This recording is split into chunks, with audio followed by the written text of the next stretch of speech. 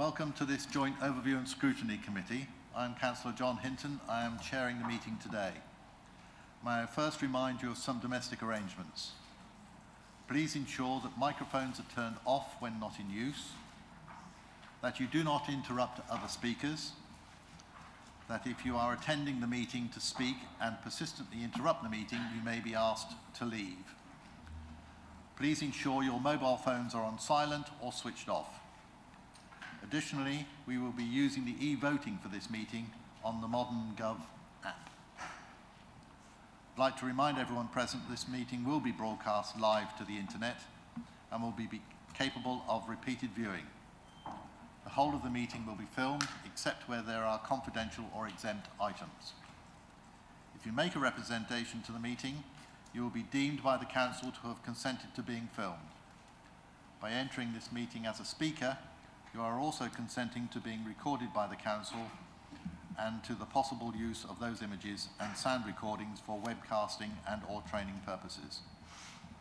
The Council, members of the public and press may record, film, photograph or broadcast this meeting when the public and the press are not lawfully excluded.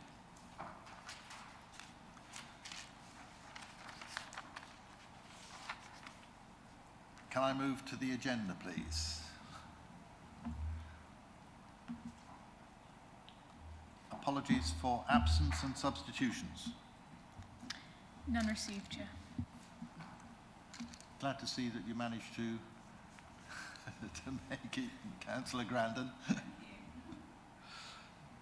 To receive declarations of pecuniary or other registrable or non-registrable interests by members.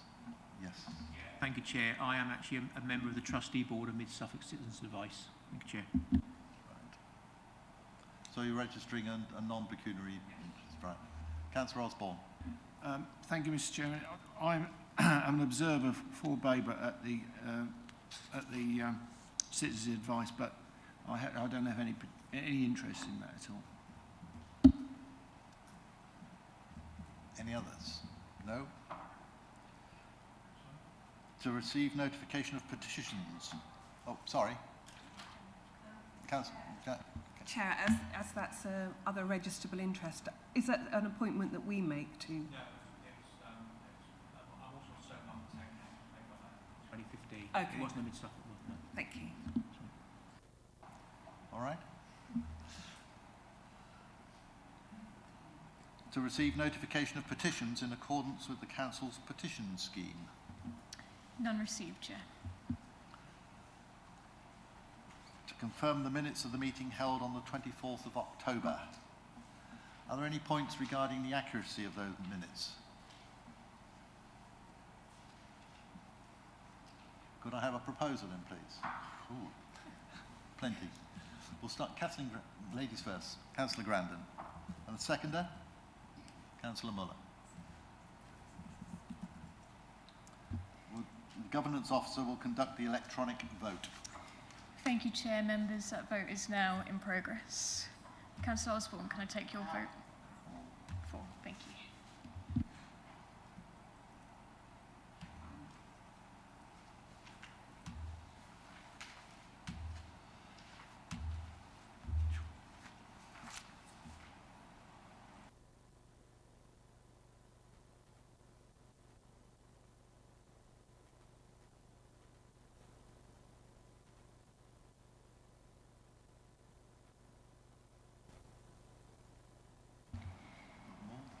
Thank you, Chair. That is 11 votes for and 1 abstention, so that is carried. Minutes of the meeting on 24th of October have been confirmed. Item 5 on the agenda, questions by the public. None received, Chair. Questions by councillors. None received. Moving on to item 7, JOS/2223, review of the local citizens' advice and the cost of living crisis. I'd like to invite the Cabinet members for communities to introduce the report to the committee. Councillor McLaren. Thank you, Mr. Chairman, and thank you, members, for your invitation. There's just one comment I would like to make about this paper. that we must give credit to all the staff that have been involved in producing this in a very short period of time. A lot of hard work has gone into the paper. The other thing I would like to highlight for members is that communities heads it up, but in fact it's the internal stakeholder group within the council that has contributed to this paper, and so that covers all the other directorates. And so I'm very happy to introduce Di Robinson as the Director of Communities and Wellbeing to introduce the paper. Thank you, Chair. Thank you, Mary. For those I haven't met before, my name is Di Robinson. I'm the Interim Director of Communities and Wellbeing. So what we're going to do today, I think someone was going to load my slides up, is that right? Yeah, perfect.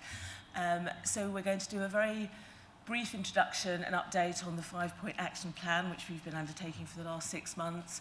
But the majority of the discussions today is also to introduce our colleagues from the Citizens' Advice, Colleen Sweeney and Simon, to talk about their role in this and how important the work they're doing is. And then we were hoping to then lead a joint Q&A around both parts of the work together. Just work my clicker. Perfect. So in terms of a brief, obviously you've received the paper of the 6-month update, so that was to give you the background and the context for today's session. So as a very brief highlights, we have now appointed our cost of living coordinator, who came to join us on the 3rd of October, and that's Eliza Dale, who's with us today observing. We have also been running both internal and external cost of living stakeholder groups. And the idea of that has been both, as Mary says, to work across the council to bring all the different directorates into that debate and all the different contributions, but also to work with our external stakeholders to pick up what else is happening out in the wider community so that we're informed of developments. There has been in this past year a 30% uplift into the Citizens' Advice in both districts, which has been in addition to the rolling 3-year core grant. Babergh and Mid-Suffolk are actively participating in the anti-poverty subgroup set up by Suffolk County Council.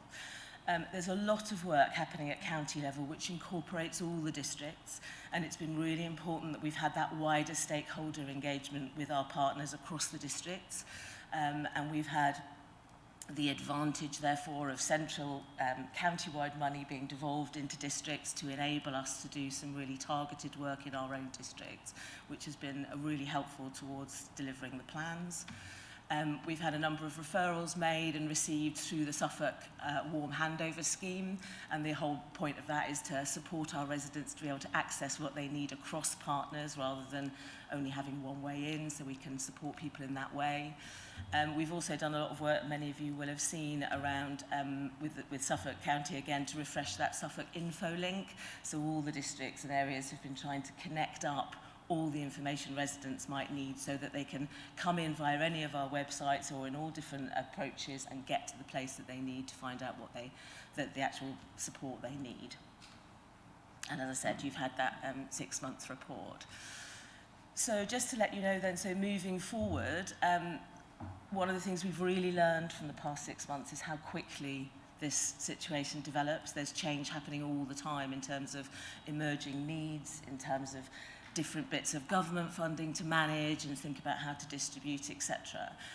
So we really have recognised how responsive the next 6 months plan needs to be. What we can't really do is set something in stone and say we're only going to do X, because we have to see what arises. So we really want to be able to respond in a timely manner.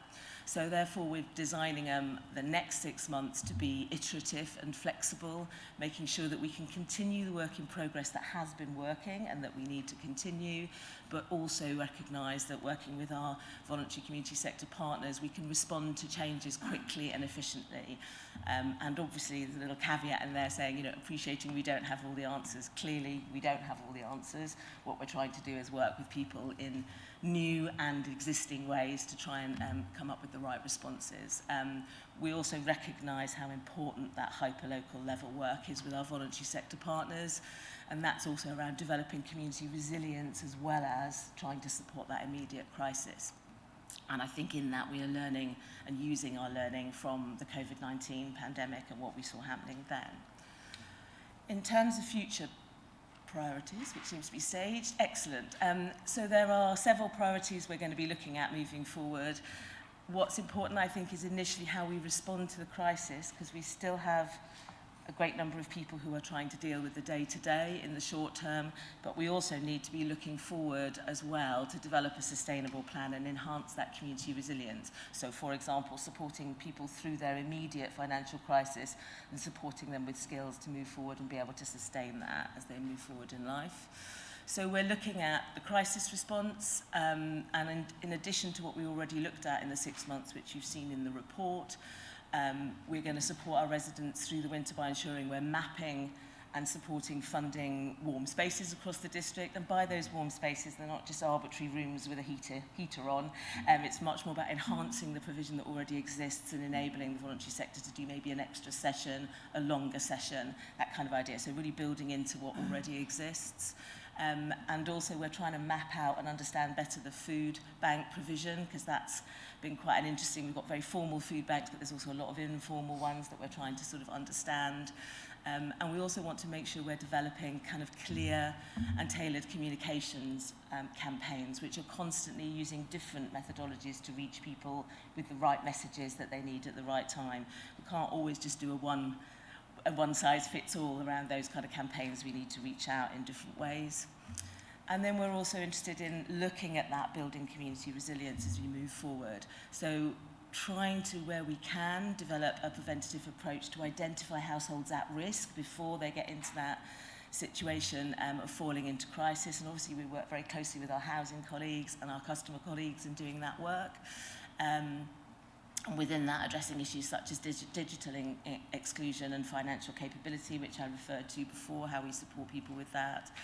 And we're also developing, through the UK's Shared Prosperity Fund, we're hoping to get the nod that we got the money for that fairly soon, to develop community supermarkets, which is that kind of bridge between the food bank model and the commercial supermarket, just trying to encourage people back into a more sustainable way of managing their food situation. And also, really importantly, we need to just kind of relook at how we grow the membership of our external stakeholder meetings, because actually we're learning all the time there are more and more people engaged in really important work in the district, so we need to make sure we're bringing those people into our conversations, which includes those frontline workers who are working closely with communities and households and trying to get a little bit ahead where we can and intervene where we can see people at risk before they found themselves in the worst situation. So in terms of Citizens Advice, we're very, very pleased to have Citizens Advice here. They play a really vital role in everything that we've been doing. We're in a way a small part of what they're doing as well in that sense. And in terms of preventing and relieving hardship throughout our districts, they've been really key in terms of crucial advice, and obviously they'll talk much more to you about what they've been doing. For us, you know, their insight into the challenges being faced by residents has been absolutely key. And it's a critical element of our systems approach to address this cost of living crisis. You know, sharing those lenses that people are looking through has been really important. So now, obviously, I'd like to pass over to Citizens Advice, who are going to provide an update on their priorities, the key trends they've been seeing, which have been really useful. And so I'm going to hand over to you. I'm not sure who's starting. Is that you, Colleen? Lovely. Come down, and I believe that's on now. Okay. Good morning, everybody.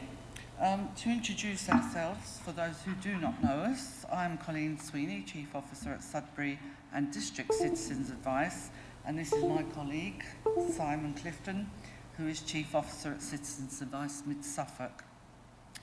By way of reminder for those who were present at our last joint scrutiny presentation, and to inform those who are not, I would like to speak briefly about who we are and what we do. As you know, we can all face problems that seem complicated and intimidating. At Citizens Advice, we believe no one should have to face those problems alone or without good quality independent advice. We give people the knowledge and confidence to find their way forward, whoever they are and whatever their problem. So when we say whoever you are, we do not place any limits on the number of visits a client makes. We do not restrict to any particular beneficiary group. Anyone can come to see us for advice. We do not judge people who come to us for help, And when we say whatever your problem, we give advice on an extensive range of areas, and we work with partners whenever people need further specific support or more specialist input that we do not have. What we mean by find a way forward. We do not make decisions for clients. We present options and empower them to act, or assist further when the client is considered to have need for more in-depth support. We match the support we give to the client's needs. So we do have clients who just need us to point them in the right direction, and we have other clients who need more support. So it's a case of assessing how confident each person is and the right approach for them. Good morning. So, as this slide says, and as everyone in this room knows, Britain is facing its biggest cost of living crisis in decades.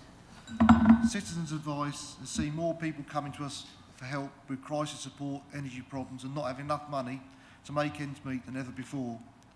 As prices rise, people make more and more difficult decisions about what to cut back on, and need to rely on community support because they don't have enough to live on.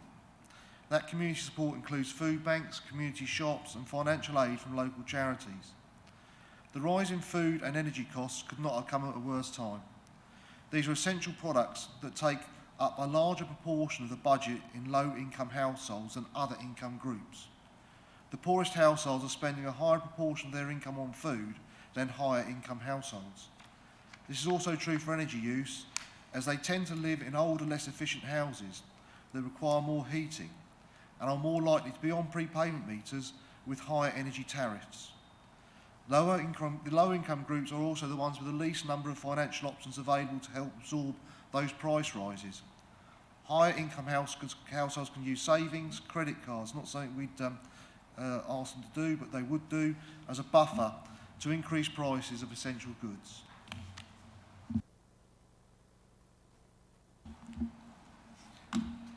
The government defines lower income household as a household that lives on less than 60% of UK average disposable income. So a couple with no children with an annual income of up to £17,100 before housing costs would be a low income household. But Citizens Advice and our partners are supporting households whose incomes are above this threshold.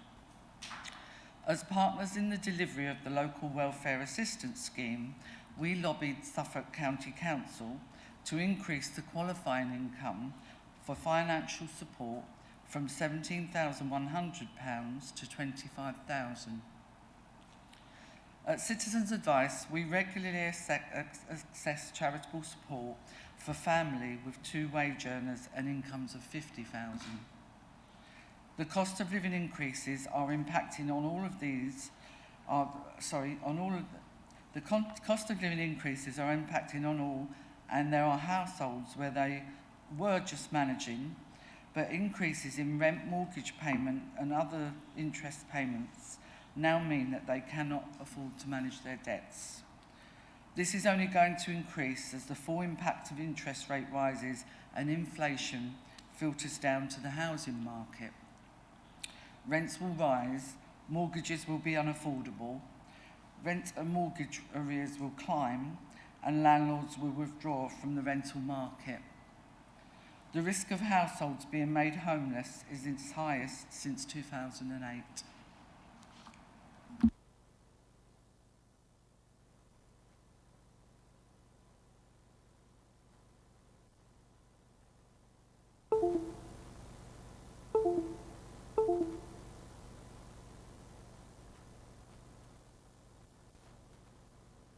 % of our clients have a disability or a long-term health condition. 60% are female. Those on prepayment meters. There is no list of how many residents are on prepayment meters across our districts. The numbers needing help with fuel vouchers for prepayment meters continues to increase and will do so through the winter months despite government financial assistance. Non-gas grid consumers. 60.1 of mid-Suffolk residents have no access to mains gas. This is the same percentage as Cornwall. Oil is the predominant heating fuel when gas is not available across both districts, and the cost of oil has increased considerably over the past 12 months. Many residents cannot afford to pay the upfront costs of oil deliveries. This means tanks remain dry and people go cold or revert to other means of heating, such as portable gas. And Suffolk Fire and Rescue have already highlighted the dangers of these devices, which is now becoming more widespread. We've also identified that single people under 25 years old, particularly male, appear to be disproportionately impacted with lower wages and benefits than the over 25s. Now, across both districts, our client demographic is now far greater for those who are economically active than those who are retired, despite both districts having an ageing population. That could suggest that the cost of living crisis is not impacting on those who are retired as much as those who are still working, as greater government support has been given to those over 66 years of age. However, using our data alone is not conclusive, and community intelligence will be key to building a better understanding of the need across all age groups and areas.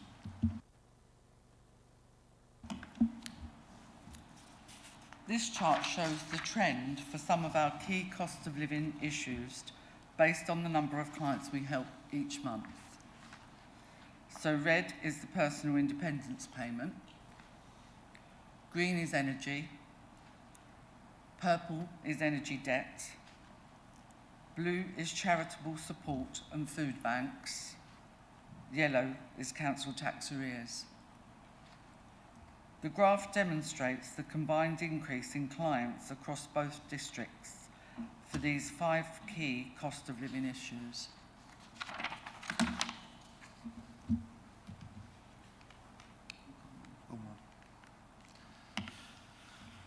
This graph shows you the comparison of the number of clients we've helped with crisis support for the last 4 years.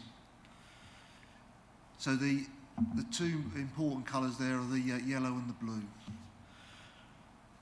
It includes referrals to food banks, other charitable financial support, and to enable people to make ends meet localised social welfare. It shows the actual and a trend line for the year. The yellow line was last year, the blue line is this year, the dotted blue line was our trajectory, but we are above that. So as you can see, we have supported more people with crisis support each year. We're above the trend line for crisis support this year, and that undoubtedly has contributed to the huge increase in demand that we've been experiencing. Providing crisis support to the residents of Mid Suffolk and Babergh is unlikely to decrease, and we fear it's likely to increase further. So this graph is a breakdown of the types of charitable support that we have helped our clients to access. The blue column is food banks. The yellow column is charitable support, and the red column is local welfare assistance. If you just looked at food bank issues, it would appear that they were just about the same. But actually, when you put all the data together, you can see that local welfare assistance is giving people a lot of that short-term assistance. From mid-2020 to September 22, local welfare assistance included fuel and supermarket vouchers, and additionally the provision of household white goods. In October 22, local welfare assistance moved to a cash payment only. The local welfare assistance scheme is majority funded by central government funding through the Household Support Fund. The current round of funding is due to end in March 23.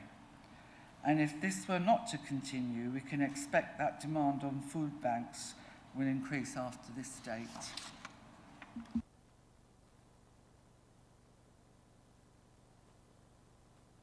For the past 3 years, the energy price cap has been around £1,130 per year for a household on average use.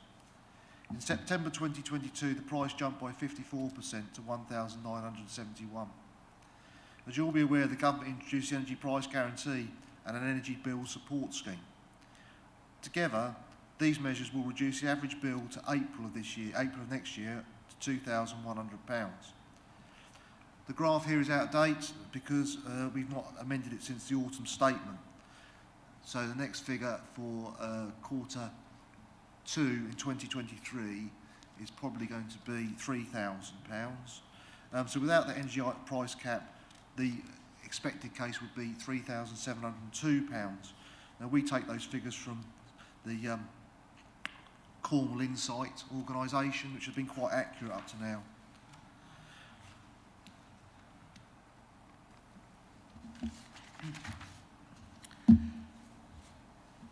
This table shows the unique client numbers and client issues for both local citizens advice offices in 2021 to 22, April 22 to October 22, and projected full year figures for 22 to 23. The unique clients are someone who we saw at least once during this year, but could have been seen on more than one occasion. So if we help someone in April and then again in August on a different issue, then they will only be counted once as a unique client. So now we move on to our client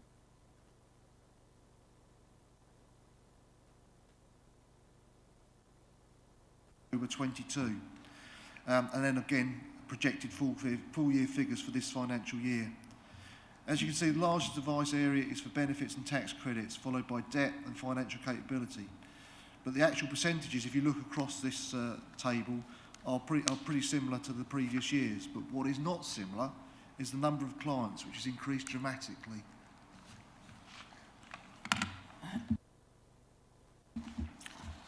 Highlighting benefits and tax credits, although the percentage of issues show a small increase of 3% on last year, it is projected that we'll have helped clients with 2,529 more benefit issues than the previous year.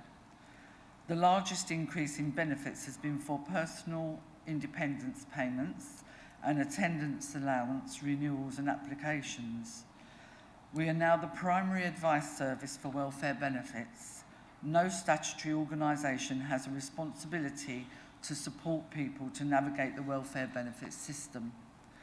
The number of issues have increased due to the complexity of the issues that people are presenting with. The next table highlights debt. So although the percentage issues now shows a 1% drop on last year, it's projected that we will have helped an additional 1,264 clients with debt issues than the previous year. It's now the case that most of the clients who come to us with a debt issue present with a deficit budget, making intervention incredibly difficult because we don't really have many solutions for people in those circumstances. With the increase in interest rates as well as other cost of living factors, many more people who had been able to manage their debts will no longer be able to do so going forward. Demand for our debt service is not going to reduce, and we expect we're going to get new client groups who now move into the unable to manage their own debt group.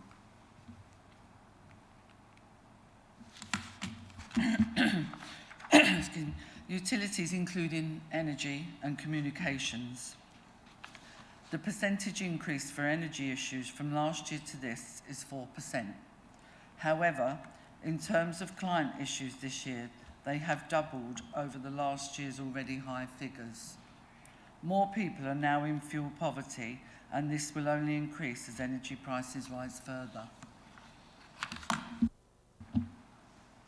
So moving to food banks and charitable support, these are the combined figures of both districts. Looking at these in isolation, you could think that the increase is not as large as you would have thought in a cost of living crisis.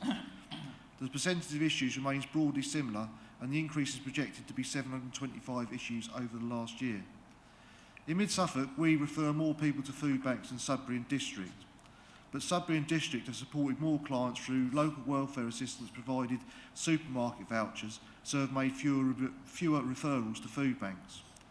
Our system that we use in Citizens Advice records local welfare support on a different funder code, which is why it's not included here.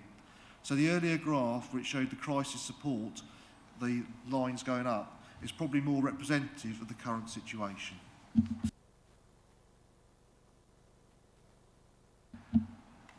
So on the next slide, I hope is going to play. Did it work before, Alicia, for you when you tried it or not? So Yeah, we'll go to the next slide. go to the and we'll next see slide. if So it plays, yeah. This next slide is what we think our client thinks you should hear. So in Mid-Suffolk, we've been doing quite a lot of work with lived experience groups. So that's groups of clients that we've helped before who tell us what they got from us and what they'd like to see in the future. So I hope this will play. I'll give it a go. Why did I first come to Citizens Advice? It was the means that I had of getting my problems sorted out, you know. Debt.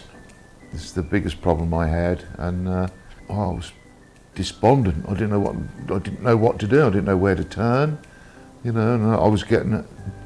If it wasn't for my little dog, I think I would have not thought of committing suicide, but I just think I'd just laid over and let the world go by. I'd be, well, summoned to court and all that sort of thing for non-payment of money. I mean, Leah has been an absolute godsend to me. You know, she's helped me out no end, getting all my problems sorted out. And along with Steve, he's helped me out as well for benefit-wise and all that sort of thing, you know. Yeah, he got me some benefits, you know, which I didn't know I was entitled to, because I've never been on benefits before in my whole life. I appreciate immensely what they've done and their knowledge of their jobs. Citizens Advice, they contacted all the people that I owe money to and helped me along them sort of lines. And yeah, I've had all my budget planned, you know, and what I can afford, what I can't afford, what I can do. It's just been amazing, you know, because I'm a country boy who doesn't sort of have money, and I've been sort of guided through the different stages of trying to, you know, what you can do with your money and not just hit up against the wall, for want of a better word. The wife left me and I didn't know what to do. I mean, I've got no household budgets or anything like that, and I just let everything slip.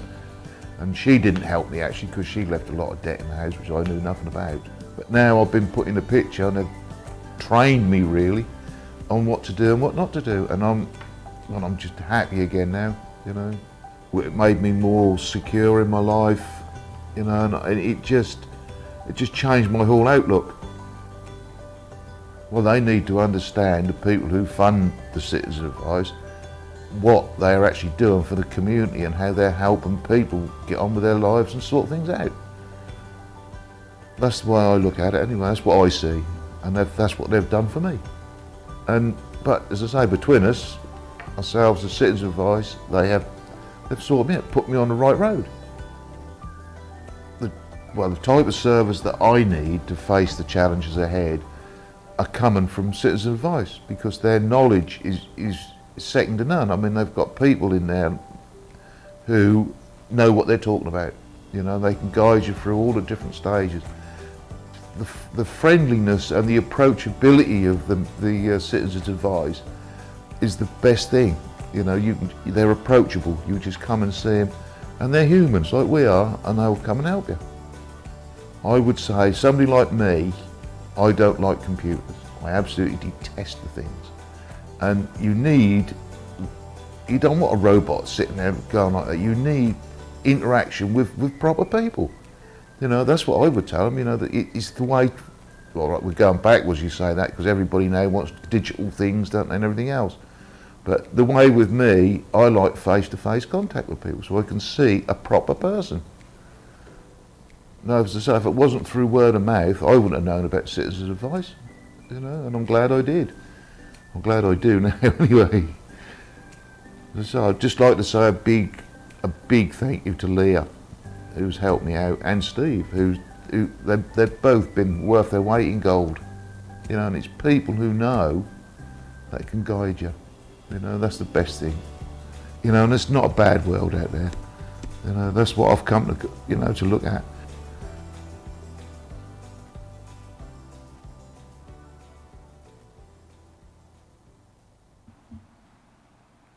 So that was the actual voice of the client, and we've got several of those videos of different clients, but they're quite long, so one today, but those that attended my AGM will see some more on Thursday.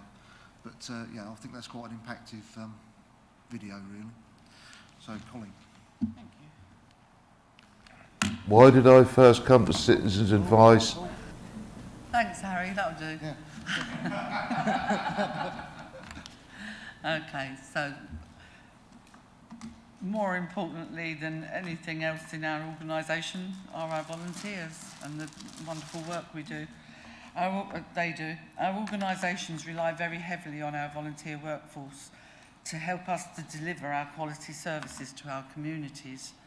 The chart shows that the situation with volunteers is not the same for both districts.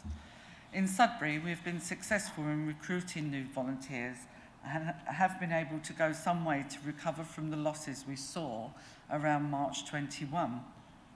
In mid-Suffolk, the recruitment of volunteers has been more of an issue, and at best, the new recruits are only replacing those who have left. Volunteers play a crucial role in both organisations. Although in Sudbury we have had success recently, the volunteer landscape remains incredibly competitive across the county and country, with most charities reporting issues with volunteer recruitment.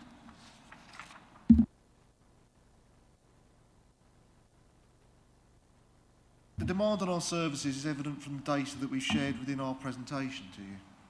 It started to build again from October last year, and at the moment shows no sign of declining.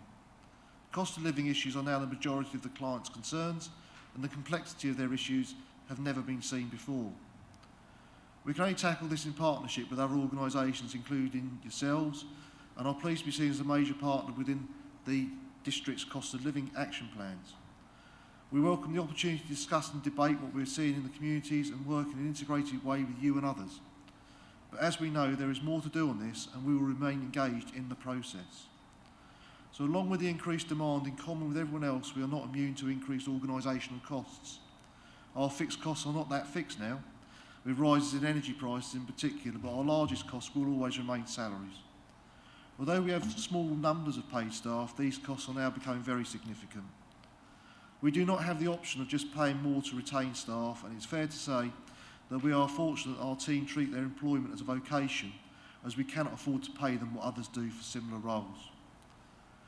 We are very concerned about the situation around core funding. Core funding is what it says it is, and provides funding for your core service. In both our cases, we do not receive sufficient core funding to deliver a generalist advice service. Both districts are the most supportive of funders to us, and your 30% uplift grant this year was very much appreciated. You have further shown your support by entering into a rolling 3-year funding agreement. Unfortunately, this is not the case elsewhere, and a common response at the moment from other funders being, we don't provide funding for core services. So, our question, if you don't have a core service, what sort of service do you provide?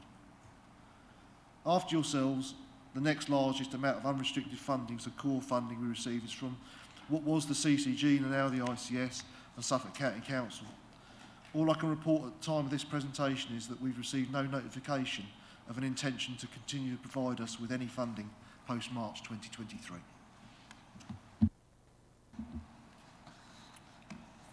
Citizens Advice has been involved from the start in the production of the District Council's 5-point action plans. We are proud to be considered a key partner in moving to a more integrated system. We look forward to seeing the action plan refresh, to see what other organisations can be brought into this process to better support the residents in the districts. We know that our experience in supporting people in hardship is valuable. We are keen to work in any partnership that provides the best support possible to our communities. The demographic and geographic factors of our districts impact on how we all react to emerging situations. When we talk about levels of deprivation, there are districts across the country who have higher levels than either Mid-Suffolk or Babergh, but at Citizens Advice we see deprivation every day. Going forward, we anticipate more people being in work poverty. We believe we will see what was the minority group of households in hardship in our districts grow to become the majority. With the cost of living impacting on more people, there will be increases in levels of deprivation and there is a need to scale up resources to meet that need in both organisations. There are occasions when we feel that the sharing of intelligence between all interested parties could be better. We are hoping that as we move to a more integrated system of work, that this will help us to better understand the current situations across all communities. This intelligence is gathered by all officers and members, so we need to put systems in place to collect and analyse that data. The 5-point action plan is a start, and we know each council understands just how important it is to help people with the cost of living crisis. We work across many advice areas, and although progress has been made, we often see occasions where the council could have more integrated systems of work internally within and between departments. And we understand that that's something that you're talking about, Di, so fits into each other's plans. An example of this is that whilst working with a client on cost of living issues, they stated that they had just received a grant from Environmental Health to replace the boiler in the home that they owned. It transpired that the client had received a renovation grant, which is awarded where they are assessed as living in a property in a serious state of disrepair and a hazard to the household. We received no referral from Environmental Health, but the client presented to us with clear cost of living issues. Whilst the actions of Environmental Health had addressed an immediate need for that client, there were no evidence that any other wider determinants and needs of the individual were considered. A very successful strategy employed by other councils, including Swansea, is within their poverty strategies. Every department and individual has an objective to support residents with the cost of living crisis.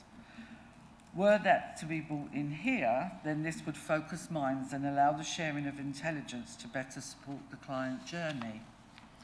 Imagine what we could achieve if we set up multidisciplinary teams where all worked as one to achieve joint objectives. We're getting there, I promise you, we are. So, future challenges. So, at the top there we put funding. So funding is often short-term to us. It makes it very difficult for us to plan in a strategic way.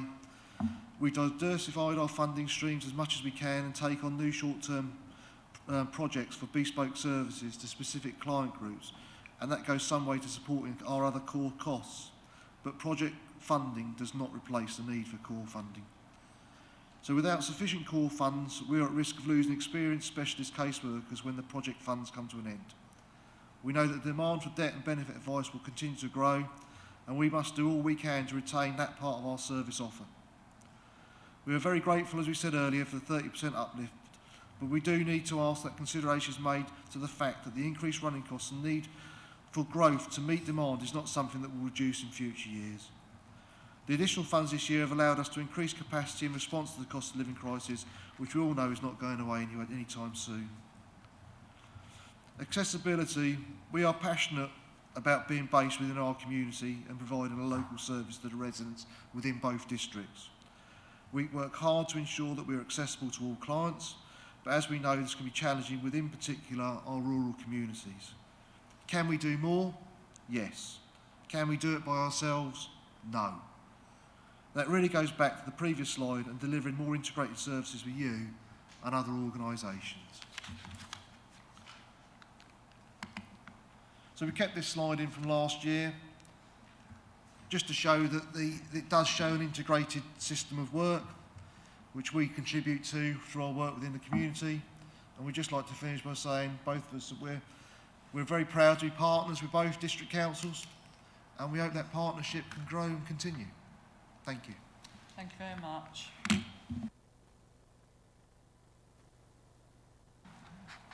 Taking away my thunder then, I was just going to say any questions. Councillor Wellham.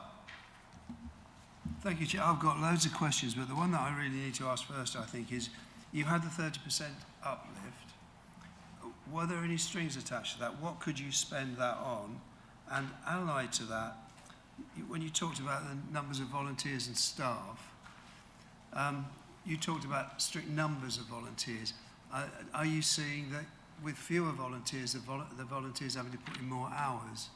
Are the number of volunteer hours going down in line with the number of volunteer staff, in line with the number of volunteers? Thank you. With the 30% uplift, we are being asked to show in monitoring reports what we've done in addition to what we normally do to use that extra funding, when in fact it's in a nutshell, we're having to grow to meet demand constantly, and even before the crisis got to its desperate point at the moment, we were finding that our costs were rising. So it's really just being eaten up to meet demand and help to cover increased costs. In Sudbury, I don't know if that's the same in Stowmarket. With regards to voluntary hours, we've recently, our treasurer recently wanted to do a bit of work on not only the volunteers but the staff hours that are increasing, because we're all working extra hours to meet demand, and she feels that that's not showing a true reflection of our costs. Simon may want to add to that. So from a Mid-Suffolk point of view, the 30% uplift contributed directly to our core costs. Us being able to meet our core costs and us being able to meet the extra demand that we've seen, which was the purpose of that grant. Volunteer numbers, we have about the same number of volunteer advisors who are working more hours. So we do a calculation at the end of each year which tells us what our volunteer hours would equate to in financial terms. And again, for Mid-Suffolk, I haven't got the accounts in front of me, but I think, again, we're about 30% up, so we're around about the £250,000 mark, again, as to what their contribution would cost us if we had to pay someone to do that role. Does that answer your questions, Councillor? Joe, I just add one thing. So you say that 30% largely for both of you has gone on to meet demand, core costs and so on. Is that salary, or is that because your energy bill's gone up, or yeah, or is it actually we were seeing increasing costs anyway, because the cost of living is going up. So of course, like anybody else, our costs are increasing. But we've actually, to meet demand, we've actually had to put another employed role in between supervisors and advisors to support the supervisors whose day is becoming overwhelming. Did you want to add to that? Ours has got on additional paid staff to meet demand. Similarly. Can I have one other last question? What does 30% look like? I mean, in numbers terms, in pounds, shillings and pence, what does 30% look like? For Mid-Suffolk, it was £30,000, which then meant, so in income terms, Mid-Suffolk District Council were by far our largest funder last year, as they have been for the last few years. So that brought us up to nearly 40% of our total income came from Mid-Suffolk District Council, with the £30,000 extra.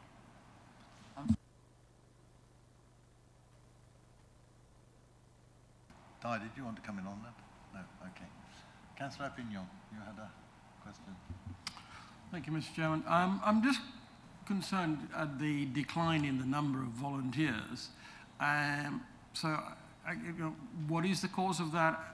Because clearly, with fewer volunteers, then I suspect that your staff and the volunteers could be suffering from overload of some sort. And what do you think could be done to encourage new volunteers?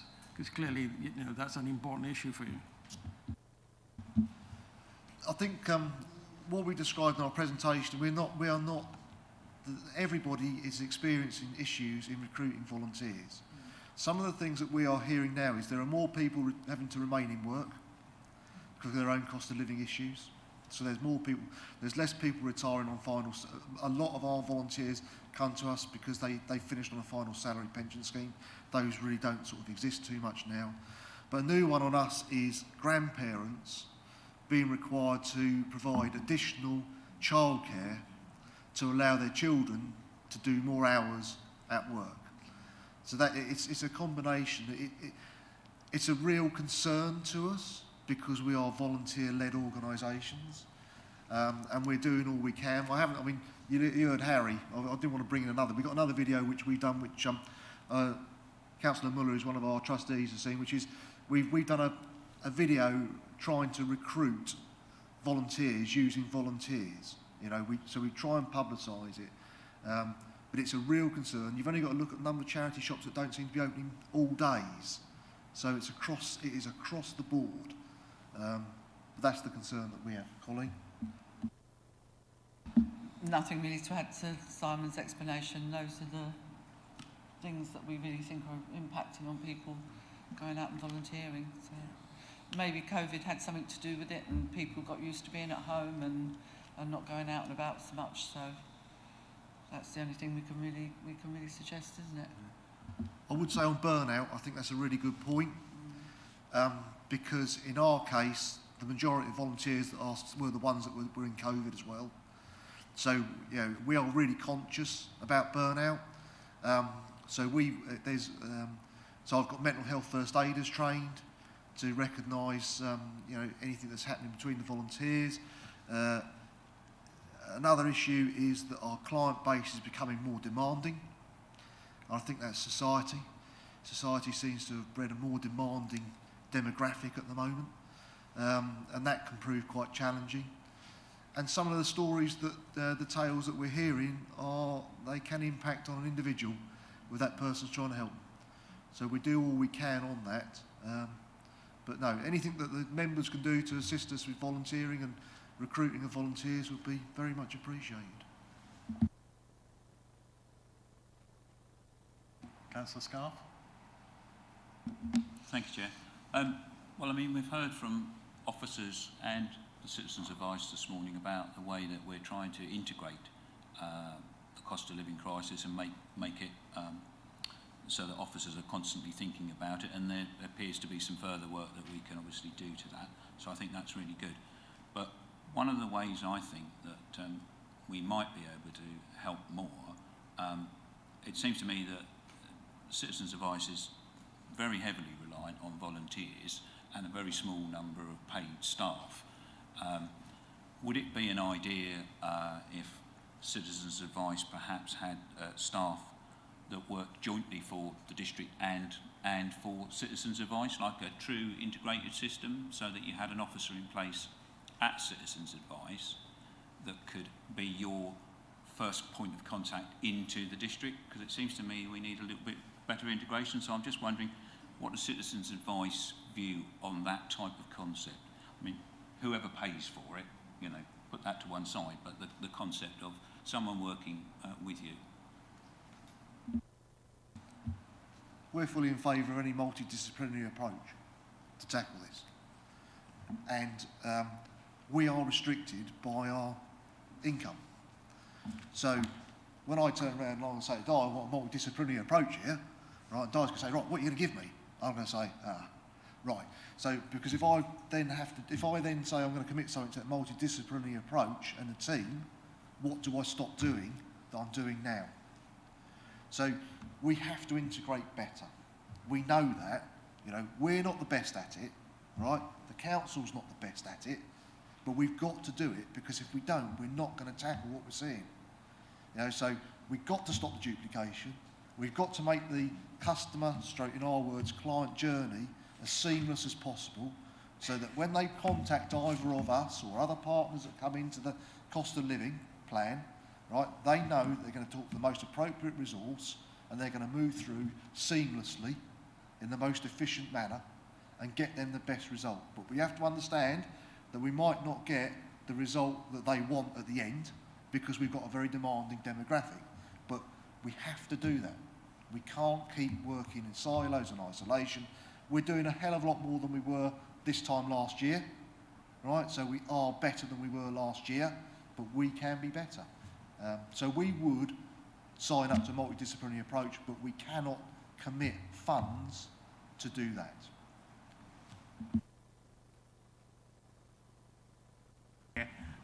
Simon, do you get, obviously you've got very good support from the Suffolk and Babergh councils. What sort of support are you getting from the Department for Work and Pensions? if any. So the DWP, the support the DWP has provided during COVID and the cost of living has primarily been that they have been the front-facing part of the household support fund, so that the money that the county council takes actually comes from the Department of Work and Pensions. Colin said in our presentation, the glaring missing part at the moment, no statutory organisation has responsibility to help anybody navigate the welfare benefit system. You know, and that is damning. You know, so the DWP's role at the moment, from what we're seeing, is job centres and work coaches, getting people back into work and supporting people to work more if they're claiming universal credit. But the huge increases we have seen in personal independence payment claims and attendance allowance claims, it is absolutely huge. I haven't got a slide for you, but there's a slide at our AGM in Mid-Suffolk that's on Thursday for those that are coming. But it is absolutely huge. And that's because people are being told you need to claim this. Now, in Mid-Suffolk, so personal independence payments, a lot of people try and do the first bit themselves. So they ring up, they get a form, they fill out the form, they submit it. They're then refused. They then come to us for something called a mandatory reconsideration. So I can tell you that 80% of people that we see who applied on their own for personal independence payment are unsuccessful. They then come to us, and 80% of the people we help are successful at mandatory reconsideration. So that tells you that they are entitled, but it's just how you make that application. So I don't think it really answers the DWP is primarily now set up to support people to return to work.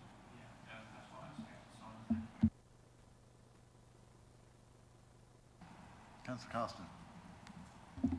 It's this one. Thank you very much, and thank you for the presentation. It was absolutely fantastic, as always. It seems to me, looking at this and reading the paper, a lot of this is unclaimed benefit, unclaimed pension credits, and that kind of thing. So the help is there. It's actually getting the help to the people before it's too late and they've run into debt. Have you ever tried action days where you invite people to come in and talk? I don't know. I don't know exactly how it would work, but I believe that it's something that can be done with a local authority to get people in talking about things before situations get too serious. Thank you. Something that we're very keen on at the moment, and we know that's much needed, is what we call financial or budgeting advice, financial capability or budgeting advice. And that's always a useful way to spot where we can assist someone in increasing their income and reducing their outgoings to better manage what they have left. We're seeing more and more people with less disposable income than they need to meet basic bills, or just they just don't have enough coming in for what needs to go out without any disposable income. So it's difficult to manage a budgeting session with somebody in that position or somebody who's in debt. We also carry out a benefits check for every client that comes through the door, unless it's obviously inappropriate. So seeing a client for something that might be a neighbour dispute wouldn't stop us from looking at offering a benefits check to make sure that they're claiming their pension credit, or if they've disabilities or had long-term health problems, that they're in receipt of some form of disability payment. So we do what we can to ensure that people we see are gaining everything they're entitled to. And we also carry out a lot of awareness stands. I'm sure Simon's office do a lot of publicity and awareness too in various places where we have themes where we're advising people just, in a market stall situation or supermarket or a local community centre, and our advisors that go out to those are always talking to people and giving that awareness about what you might need to be claiming. Does that answer your question? Yeah, I think that last thing that you were talking about, Simon, doing was exactly what I was thinking. It sounds like you're already doing that. You're going out into the Both community. offices do a lot of promotional and awareness work wherever it's appropriate. Yeah. Have you got anything to add to that? And the question on to that would be, can the local authorities help you with that in any way? I think that it's been raised. I think it's a very good idea that we have action days, and I'm sure it will go in the refresh, won't it, Di? So I think it is, but we are not the only organisation working with people, and that's the most important bit going forward, is we need to identify more organisations that are providing this support. You know, we are the groups that are, the Citizens Advice are the ones that are providing the highest numbers of help to clients, but there are lots of other smaller groups that could bring an awful lot of knowledge and intelligence to it. But yeah, action days are a good idea. Sorry, I missed your point there. I think I missed your point, sorry. Councillor Carter.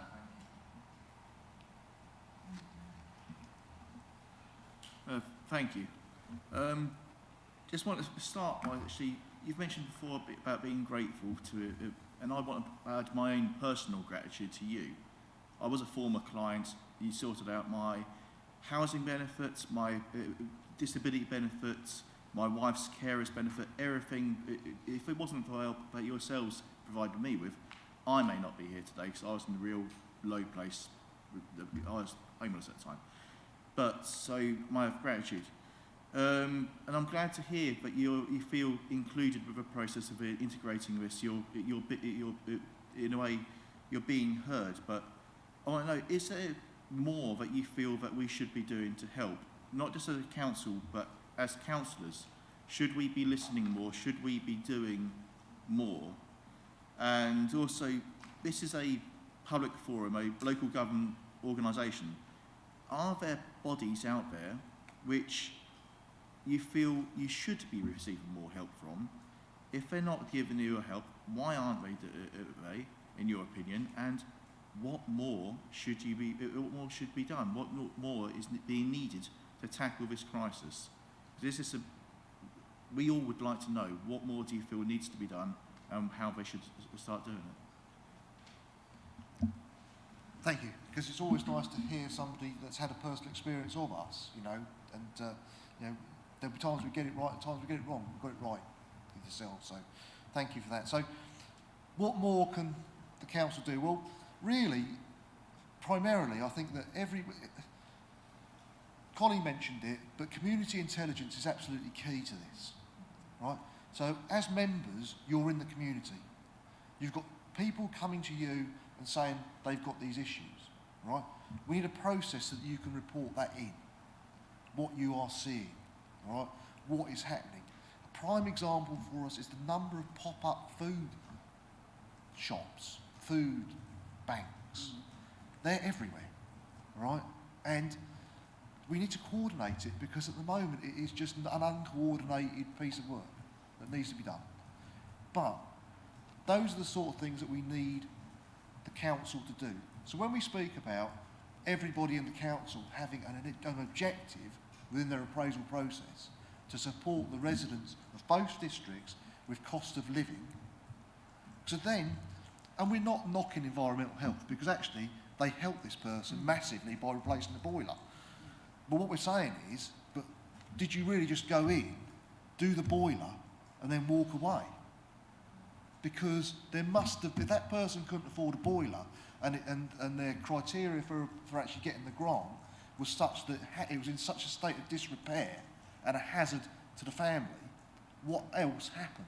So we're not knocking the environment. We're just saying that whole mindset within the council. If we had that mindset within the council across all areas, officers, members, then the amount of community intelligence we gain would be huge. And from when we gain that community intelligence, then we know best how to support. You know, because at the moment you're getting our side of what we're seeing, but others haven't got that voice. But in the refresh, I'm sure more groups will be brought on. So, and the other one you spoke about, what other bodies? Well, all I'd say on that is, bearing in mind it's live streamed, is that I would say that we need to stop duplication and we need to fully integrate services. So any organisation, whether that be voluntary or statutory, that has an impact and improves the cost of living crisis for one person, even if it's only one person, has to integrate services with everybody else. And that's about all I can really say. Just to add to that, on the second point, it really is what we're looking for is promoting an awareness amongst officers and members to just have that awareness that, you know, that person could benefit from other services, and that starts to move forward. Councillor Grandin. Thank you, Chair. I think I saw on one of your earlier slides that under 24s was a category that has been coming to you for a lot of help. That might be a surprise to some of us. Can you tell me a bit about that, the profile of that kind of person, and also how you can help them, or how you do help them?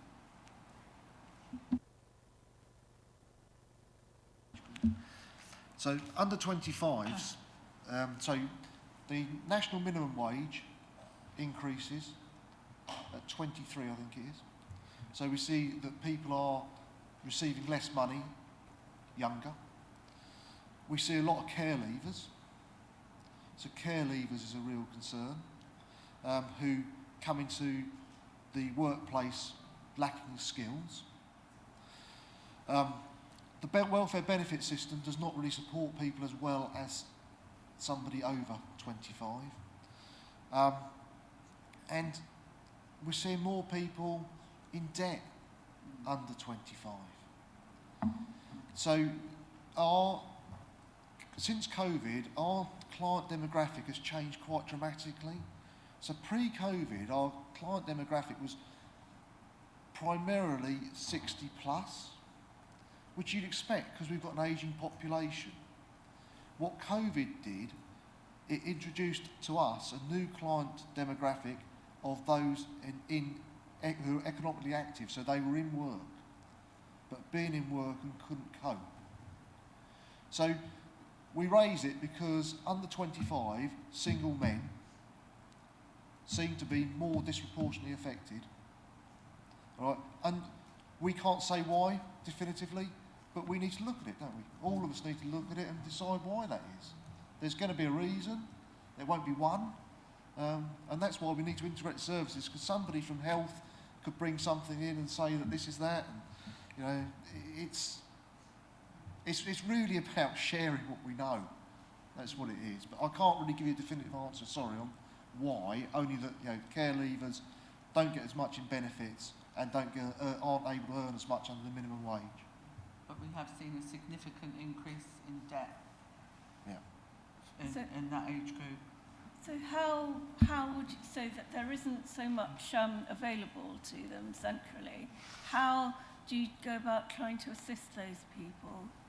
Well, we'd look at maximising income, budgeting skills, and managing debt in the usual way through casework, specialist casework. So when somebody comes to us, what we try to do is maximise their income. So we try to maximise their income and reduce their expenditure.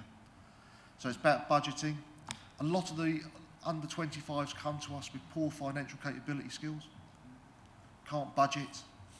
There's a lot of work being done, trying to be done through schools now.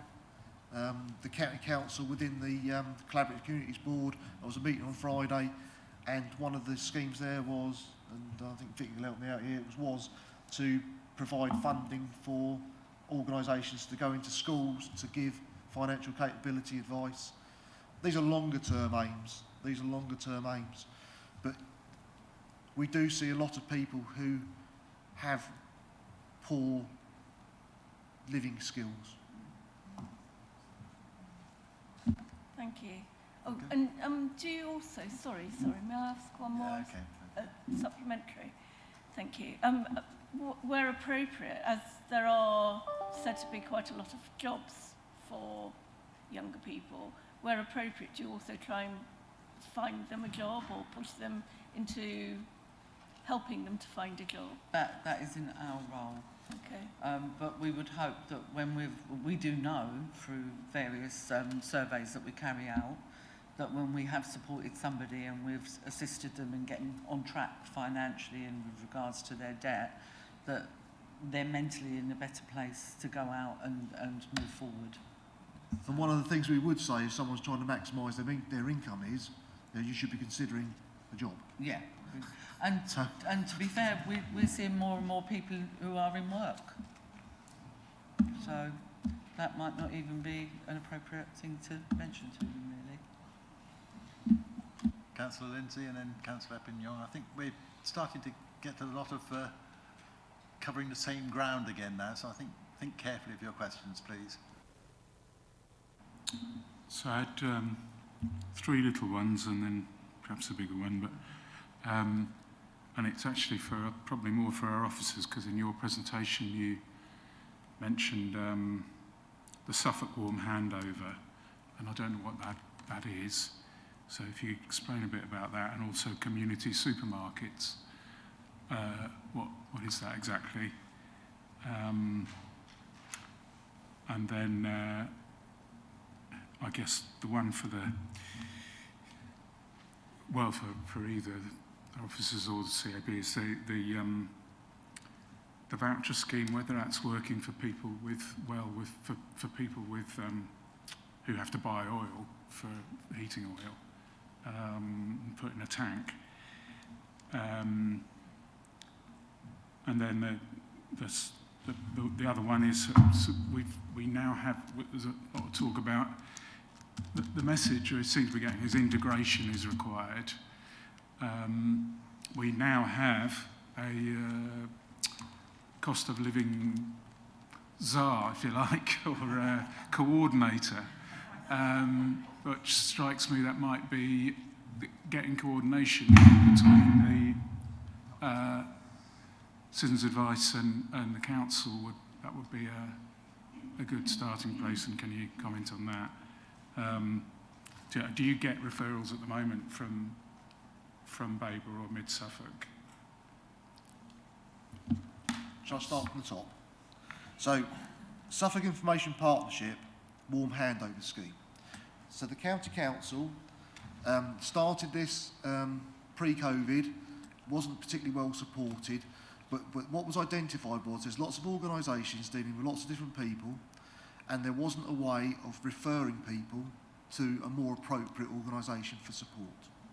So Suffolk Information Partnership is a piece of software that the County Council own, and organisations join that to be able to make referrals to each other. So that is what is, and that they call it a warm handover. And the district councils are signed up to that as we are. There's lots of, we're very strong advocates of that system at Citizens Advice, because there isn't really another system, and we're currently working with the County Council trying to get them to actually build a slightly more intuitive system. So that's what that warm handover is. So council officers, other organisations fill out an online form that then they drop down box which organisation do you want it to go to, then that organisation receives the referral. So that's what that is. Okay, is that one all right there? On the next one for us, I think, was voucher scheme, oil. So I spoke to Suffolk Revenues Partnership last week on a different matter, and my understanding is the Suffolk Revenues Partnership are the organisation that do your council tax for you. Okay, and my understanding is that they've received contact from central government about administering the alternative energy, I think that's what they're going to call it, alternative energy scheme, which is for oil users, which in the autumn statement appears to have gone from £100 to £200. And I think that SRP will be involved because they're expecting SRP to make the payments. My understanding is that individuals will need to make application via YouGov, and then their details will be passed to SRP. But it doesn't appear to be moving that quickly, and that is oil and LPG has now come up for us as well in Thurston, in mid-Suffolk. LPG has come to the fore as well. So we've got huge concerns about oil and LPG. And I think the last one for us, I'm going to leave community supermarkets to Di and the team. Cost of living coordinator. Yeah, we're fully on board with it. Yeah, we were involved in the conversations before it got to you for decisions, and you know, we saw that as one of the first parts of integration. And Eliza works very closely with our team already.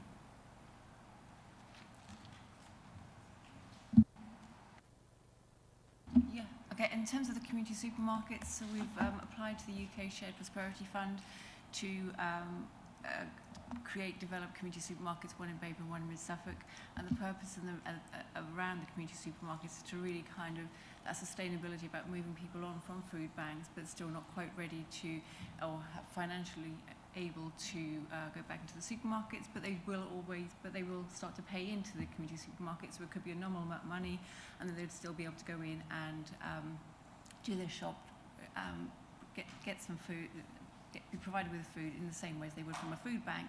The additionality to a community supermarket as well, though, is that there's potentially the scope to also provide personal shoppers. We've talked about young people also not being able to leave or leaving school without those life skills. So it might be that they'll have a personal shopper that will support them walking around the community supermarket. They will be able to support them understanding the sort of nutrition and how to cook sort of healthy, low-cost meals. But in addition to that as well, we would like there to be the kind of common space so that we could also extend the service to include social prescribers, perhaps have CAB present, so that that person has a kind of holistic support, so they're there at a food or at the community supermarket for a reason, and so that we'd be able to provide a wider service, almost a bit like that multidisciplinary team that Simon was discussing earlier on, where our services are fully integrated. So it is similar to a food bank, but they will pay in, and there's that more of a wraparound service that supports that individual or family.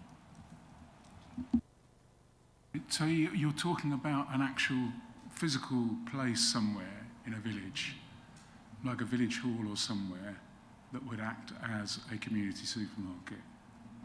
Yeah, it would be a physical space, not necessarily in a village, so we would only be able to support one in each of the districts.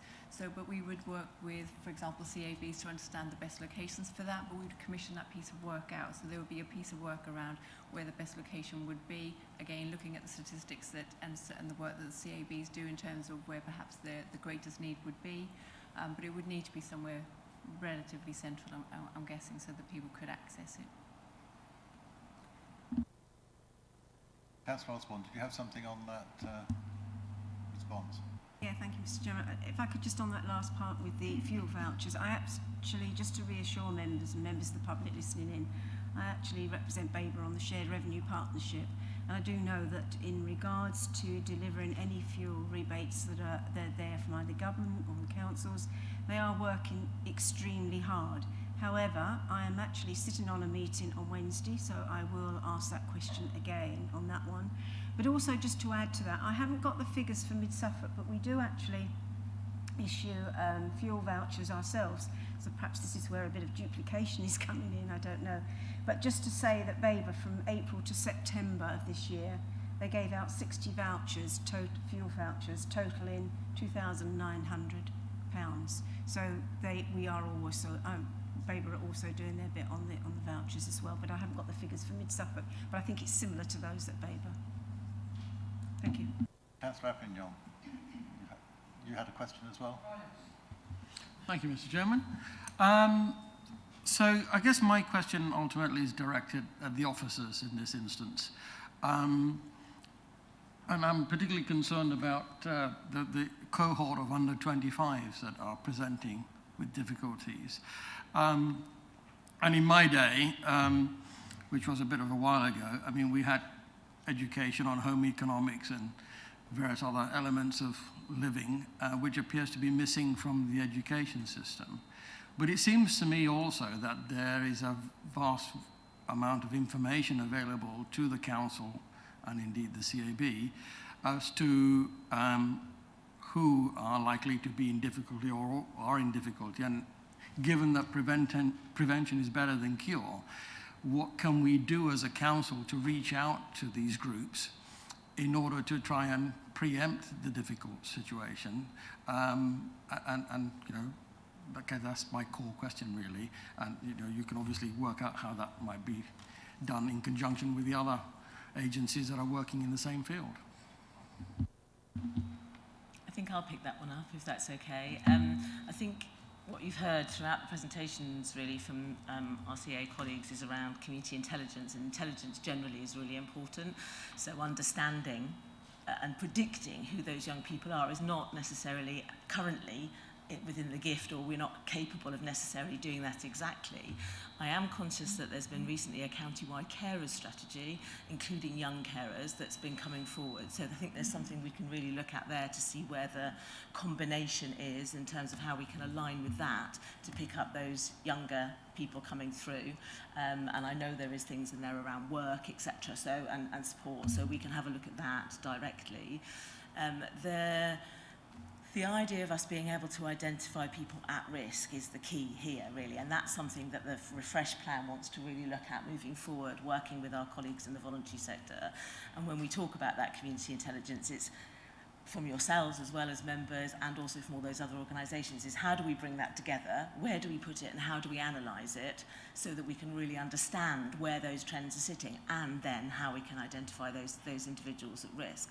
Some of the work we're doing across council, so we're working with our colleagues in tenant management and tenant support, so they're identifying some people coming through, including some younger people, particularly in particular housing.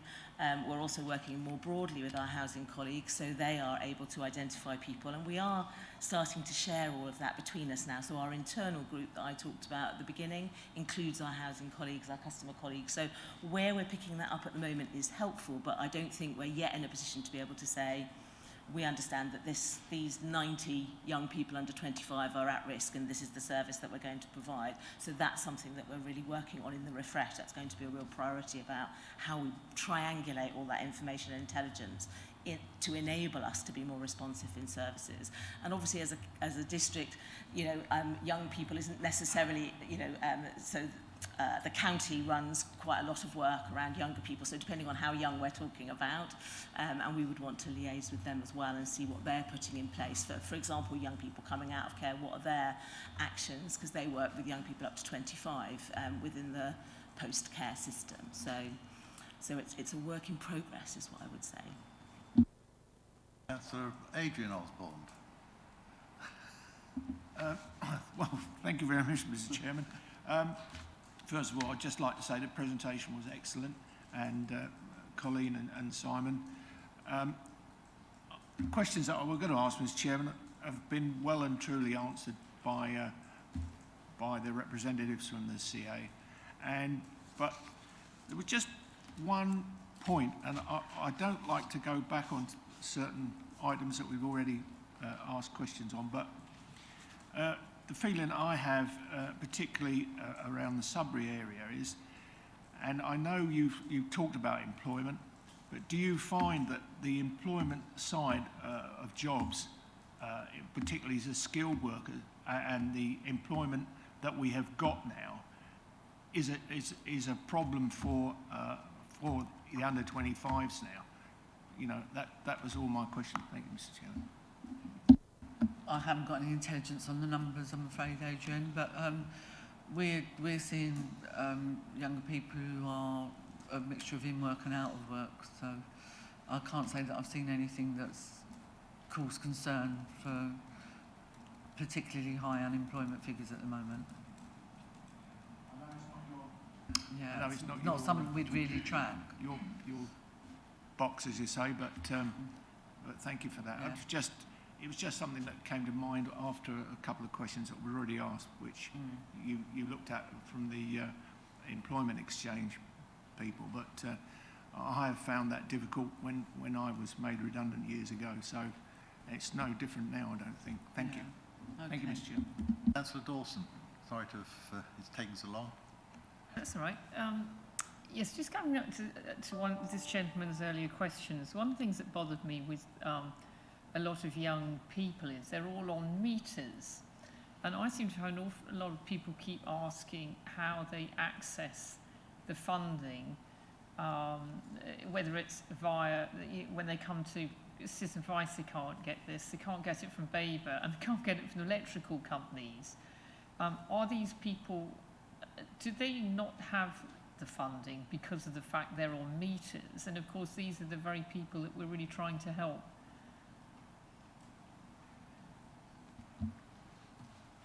People on prepayment meters are a huge concern to us. Lots of people are put on a prepayment meter without agreeing to it.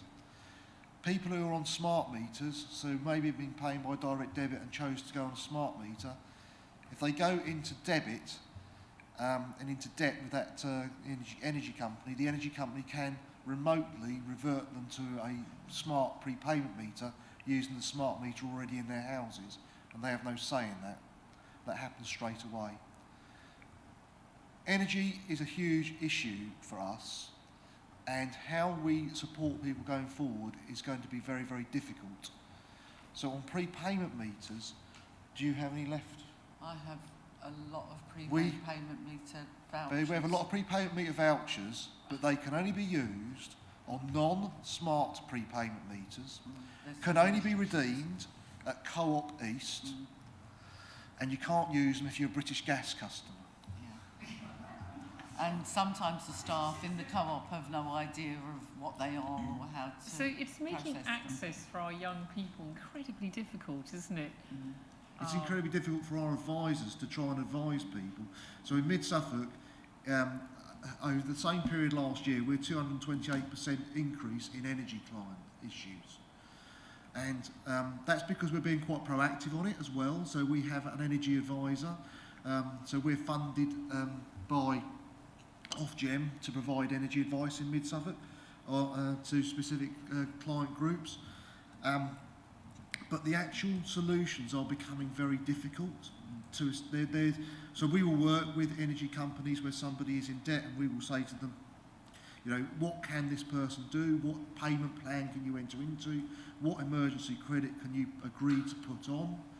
The other thing with the vouchers is that if we can get a voucher to someone, and as Councillor Osborne says, you know, the council's got the same vouchers, that actually goes off to pay the debt first. So if we give somebody a voucher for £20 and they're £15 in debt, it pays £15 of debt first and leaves them with £5. That's just the way the system works. And if they don't have smart meters, if they've just got pay as you go when they go to a garage, does that mean that we're not helping these individuals who are entitled to this allowance of £400? The allowance, the ones with the £400, where there has been a delay for British Gas customers in receiving their credit for £400 if they had a smart meter, because British Gas said they blamed the postal strike. So nationally, because one of our arms is research and campaigns, and so what we've done is we've raised this nationally, and other offices around the country have said we've got the same issue, and they've tackled British Gas, and those are now going out. So everybody will get that £400, right? They will all get that £400. For someone on a prepayment meter, they get the £400. If you're a direct debit payer, it's paid, I think the majority have been paid back into your account. We would much prefer to see a situation where everybody's allowance is paid into their energy. But how do these people get it? This is what I'm trying to... How do these young people who are, you know, you see them in Hadley and Sudbury, they are going down, they're spending £20 every other day or whatever. How are they accessing this funding then?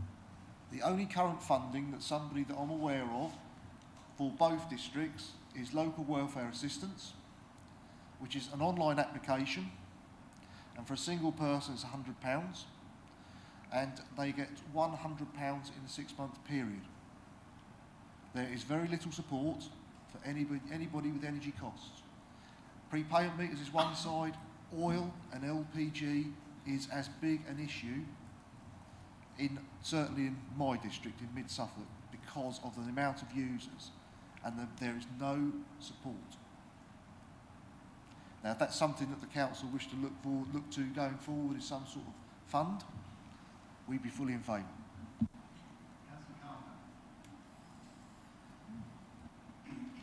Thank you. This is going back to the supermarket thing. I do have a concern if we are basing it in one single place in Mid-Suffolk and one single place in we are seeing here not just this crisis. We have a loss of bus services.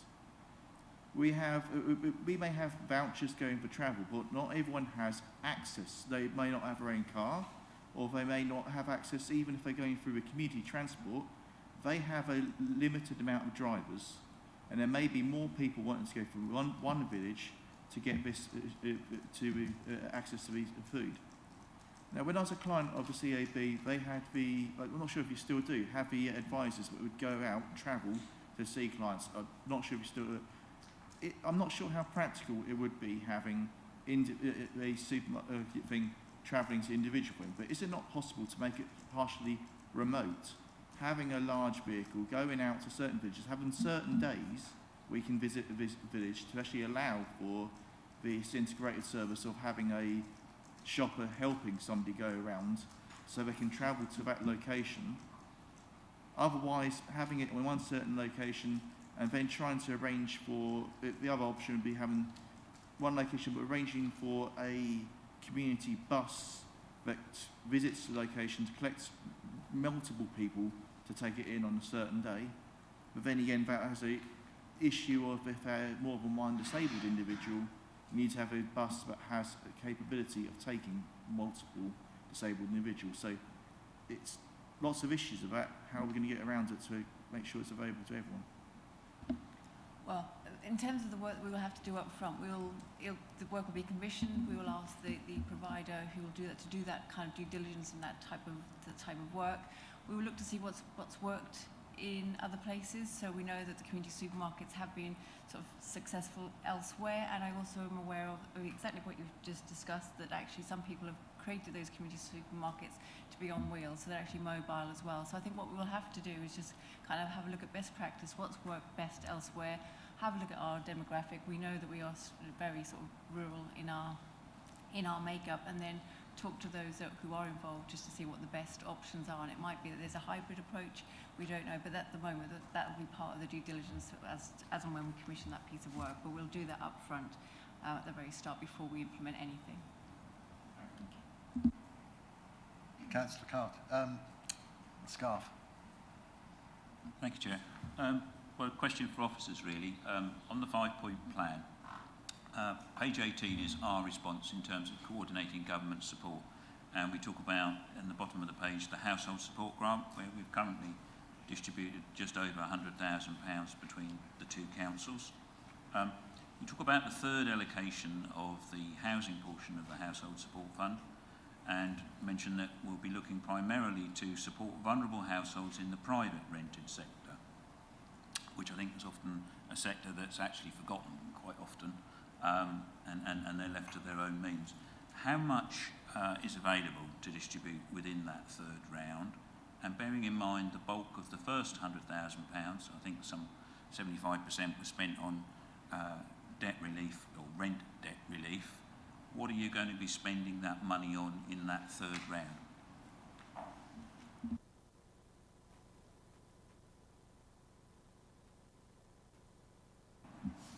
Hello. So we've got £50,000 per district for the households. I'm a newbie. That's fine. Can you hear me now? Sorry.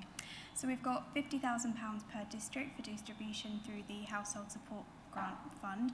That's gone to our tenant support officers who already work within income maximisation, benefit applications, basic budgeting advice, not debt advice. They would refer to CA for that. So the idea being that they will catch people on those wider issues as well. It is a discretionary fund, so it's very much on a case-by-case basis. It's not very strict, you're eligible or you're not. It's very much based on who is in need. It does remain open to all tenants regarding of housing status, but we are trying to target those in the private rented sector more this time around. We have a central Suffolk lettings team within the council who already work really closely with the private sector to rehouse homeless individuals.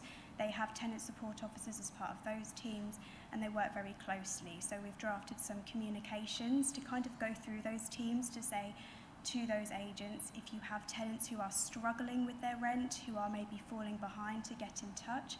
That's not to sort of pre-commit and say they'll all be eligible for assistance, but it's a way of trying to access those individuals who might be off the radar in other ways so that we can assess that. So that's sort of how we're targeting private sector tenants, but we are not restricting council tenants or housing association tenants. It is definitely case by case. It's just making sure that everybody has equal access to make applications. Applications can be made either via the telephone or via our website to make sure it's as accessible as possible. I hope that answers your question. Councillor Wellham back to take, and then one from Councillor Lindsay, and then I'll bring questions to an end. I think we've grilled them enough so far. Thank you, Chair. I've still got quite a number of questions. You were just talking about the 50k that's available for each district, and that's for public and private tenants. So is there something similar for those who are struggling with their mortgages, or do they go to CA? We also heard that tenant support officers can identify tenants who are struggling. Are the SRP, have they got a role in identifying others who might be struggling, the people who are paying council tax but not council rent? I'm thinking that there's quite a lot of ways of identifying tenants who are struggling, but there's not the same methods for identifying people who are struggling with mortgages. I'm wondering about, is there a reluctance of some volunteer groups to join in a coordinated approach? My knowledge of one or two voluntary organisations is that they like to give a service and they like to see an outcome. And I wonder if they might feel reluctance to join sort of a multidisciplinary approach, because they might feel like they're a small fish in a big bowl and not actually be able to trumpet their outcomes. Just wonder if that's a drawback. And the last question is, what can we do? We've got some district councillors here, we've got some county councillors here. Is there something that we ought to be doing proactively? Because you talked about referring to you people that we come across. Is there something that we ought to be doing in our, for many of us it's villages, but for some it's Stowmarket or Sudbury. Is there something that we could do? Thank you.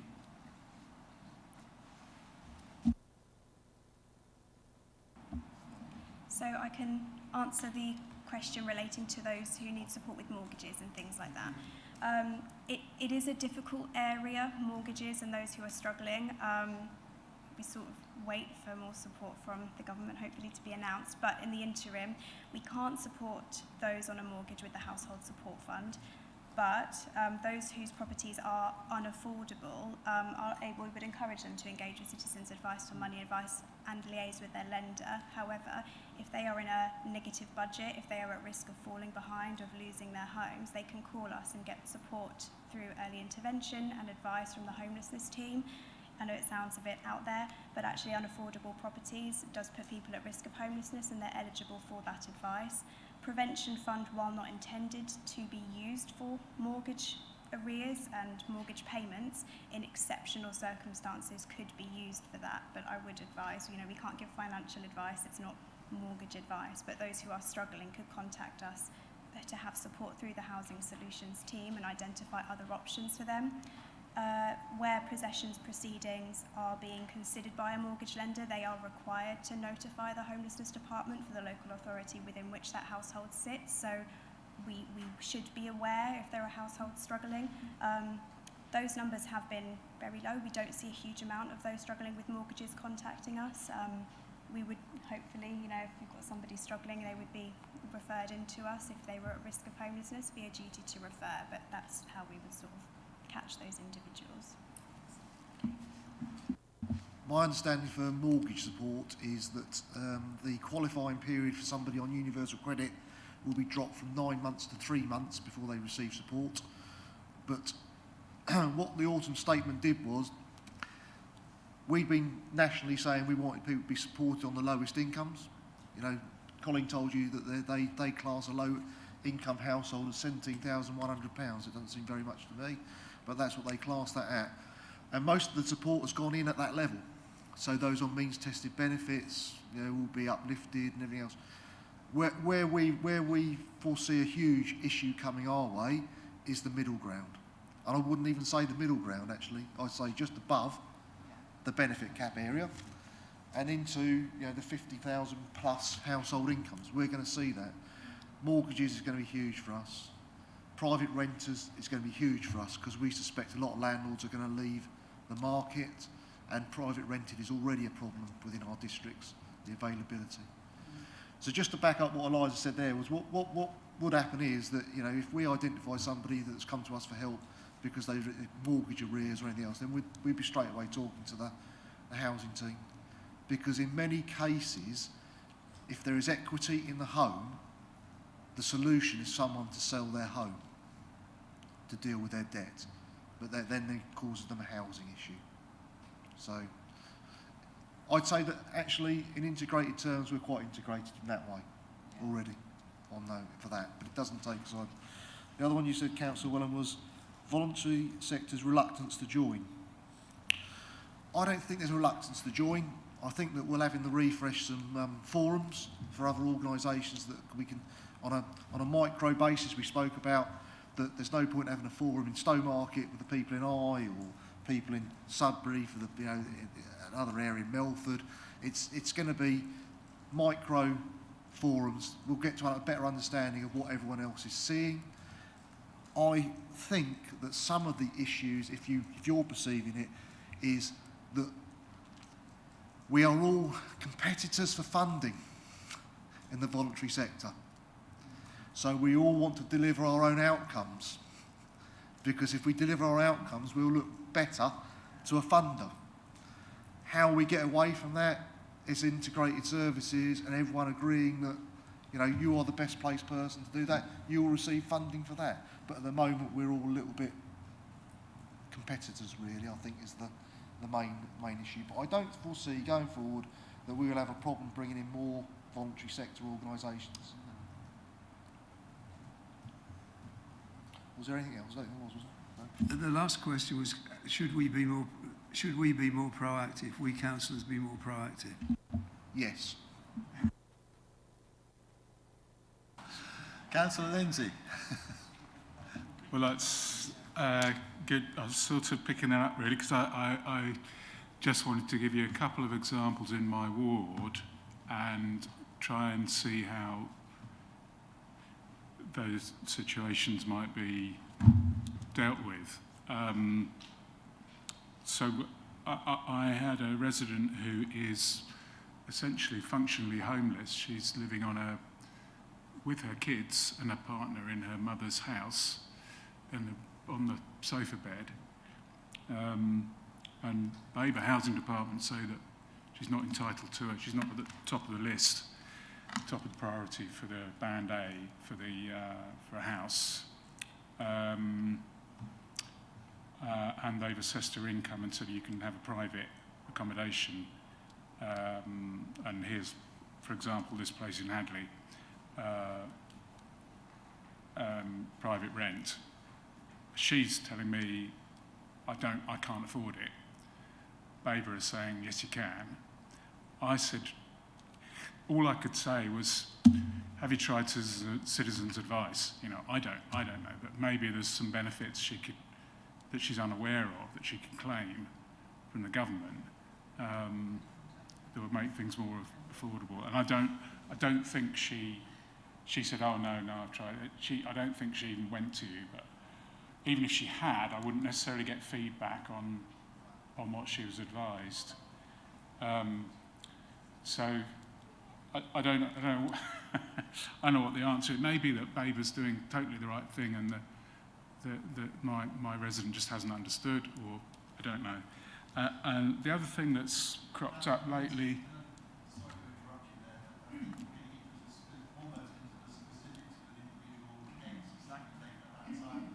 Okay, all right, fair enough. Yeah. The other thing was more general. Warm rooms, you mentioned about warm rooms, and there's this grant available. A couple of my parishes have applied, but I don't, I'm not sure, I don't know anything about the process or what the money is for, and we're talking village halls, which often aren't particularly well insulated. Probably the most insulated building in the village sometimes. And last summer we had temperatures hitting 40 degrees. So there's a need for a cold room as well in summer. And I don't know whether that funding can cover that, the need for air conditioning or actual material improvements to community centres that allow them to be economic, so you can retrofit them so they're warm enough in winter and cold enough in summer. Councillor Is that what the Lindsay, funding's sorry, going for? you're going into specifics again on a particular part of the warm homes, or not the warm homes, the warm places grant scheme, which is a simple grant scheme to parish councils that they apply for specific things to be done in a specific place. So I think that's already been covered. I think they'd like to answer, Chair. Just very, very quickly, it's not specifically just for parish councils, but it is for other community groups as well, just to kind of extend their offering, whether that's just keeping their doors open for an extra hour, or whether it's an additional evening that they're putting on those spaces. And the level of grants are actually quite small, although the people could apply, or groups could apply for up to 5,000. What's typically happened is we've funded a much larger number of opportunities and activities. So some of the grants are as small as 200. So it's not thinking long term in that respect. It's just about keeping those spaces open over the winter months into spring, so that people have a place to go. I think I'm going to bring the questions to a close now, Councillor. Oh, a quick one then. A very quick, a yes, no answer. Oh, just a very, very quick. It was brought up that we wouldn't have feedback if we refer a client to you. Is there a way that we can integrate, actually, if we refer, could we be included? And have you got the ward councillors' details? If you have a client who's in a certain ward, would it be helpful to involve the councillors in the ward so we can have a joint effort trying to help with the client? Case by case it would be case by case, but everything we do is by consent. So if we had the consent, then yes, we would share. Obviously there are occasions where we would really want the client to give consent so that we can give that feedback, because it's ongoing. That flow backwards and forwards, and that support that the councillor can provide, you know, is going to be invaluable. So we would always strive to achieve that. Right, members, we move on now to debate on. Well, before we move on to debate, then we'll have a quick break, as it's been 2 hours that we've been sitting here. So we'll have a quick 10-minute break.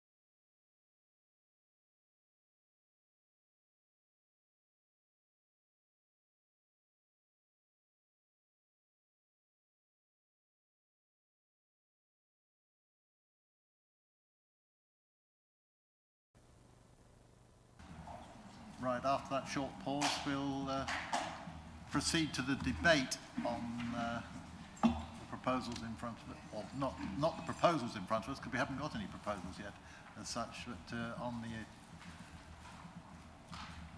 events that we've been asking questions on. Anybody wish to start talking? Yes, Chair. Hello. I have an observation that I think members should take on board, especially our county councillors who are in the room. I make no apologies for banging on about this at every platform I have as a teacher of college-age students 16 to 19. What is happening at present could go on for a couple of years. We are going to have a backlash of children who are not going to college. On many occasions, I have students come to me and say, Miss, I couldn't come in yesterday. We didn't have enough money to put me on the bus. Okay? Some bus fares are like £7 return a day. If you've got 2 or 3 children at that college, that's £21 a day. When I went to school, it was a long while ago, county funded bus fares, so that was a ticket for the whole time you were at college. All you did was show your card, get on the bus. Now there is a reduction ticket, but you have got to find a lot of money, the family, to buy that ticket. So that would see you through for a term. I think everybody should be aware of the build-up of unemployed young people we might see in the future because of the state we're in at the moment. And I think it would be worth lobbying all our county council colleagues to take this forward. Thank you very much.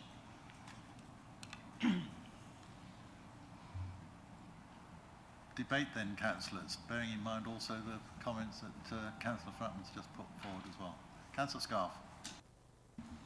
Yeah, thank you, Jay. I mean, as a county councillor, I have a lot of sympathy with that view. I know how it would be met at the county council were it to be discussed, though, not in quite such a positive light, unfortunately. Having said that, it doesn't stop us having a go, which we frequently do. It seems to me from today, from the presentations that we've heard, the overriding factor is that we are now beginning to get closer integration between the council and its partner organisations, the CAs, in both Mid-Suffolk and in Babergh, and that is really to be welcomed, because I think that is an area which needed particular strengthening greatly. So I really welcome that. But it also seems to me that there is an awful lot more that we can do over the next 6 months in the next part of our 5-point plan. I'm particularly interested in the response to posts of working, our officers working actually directly at CA or jointly funded. I don't know how it would work, but I really think in terms of integration that could be a really big game changer, and it appears from the answers that we got from CA today that they would be amenable to that. So I think that's one area that perhaps we should ask for further investigation work to be undertaken. In terms of the funding stream from Babergh and Mid-Suffolk to their local CAs, I think I've got nothing but praise for that. We have responded in the last year with that huge uplift, and I think that's really good. We've now got the 3-year secure funding, but I think when the review of this 30% uplift takes place, I think the demand is going to be even greater than it was when we actually put that 30% uplift in there. So perhaps we can make some form of recommendation that, you know, we support that uplift, and we've seen the work that CA has been able to provide with that uplift, even though to a degree it's been actually trying to maintain what they're already doing rather than introducing further work. So from the funding point of view, I think we can do an awful lot more to support them. I think the interesting thing that came out of the debate today was we heard from one of the CAs about the funding from other authorities, and the fact that that really isn't secure. And that is something we are aware of as county councillors too. And I think the county council perhaps needs to take a really long, serious look, because their residents are our residents, and we can see the benefit for our residents from the work of CA. Why can't they? So I'll leave it at that, Chair. Thank you.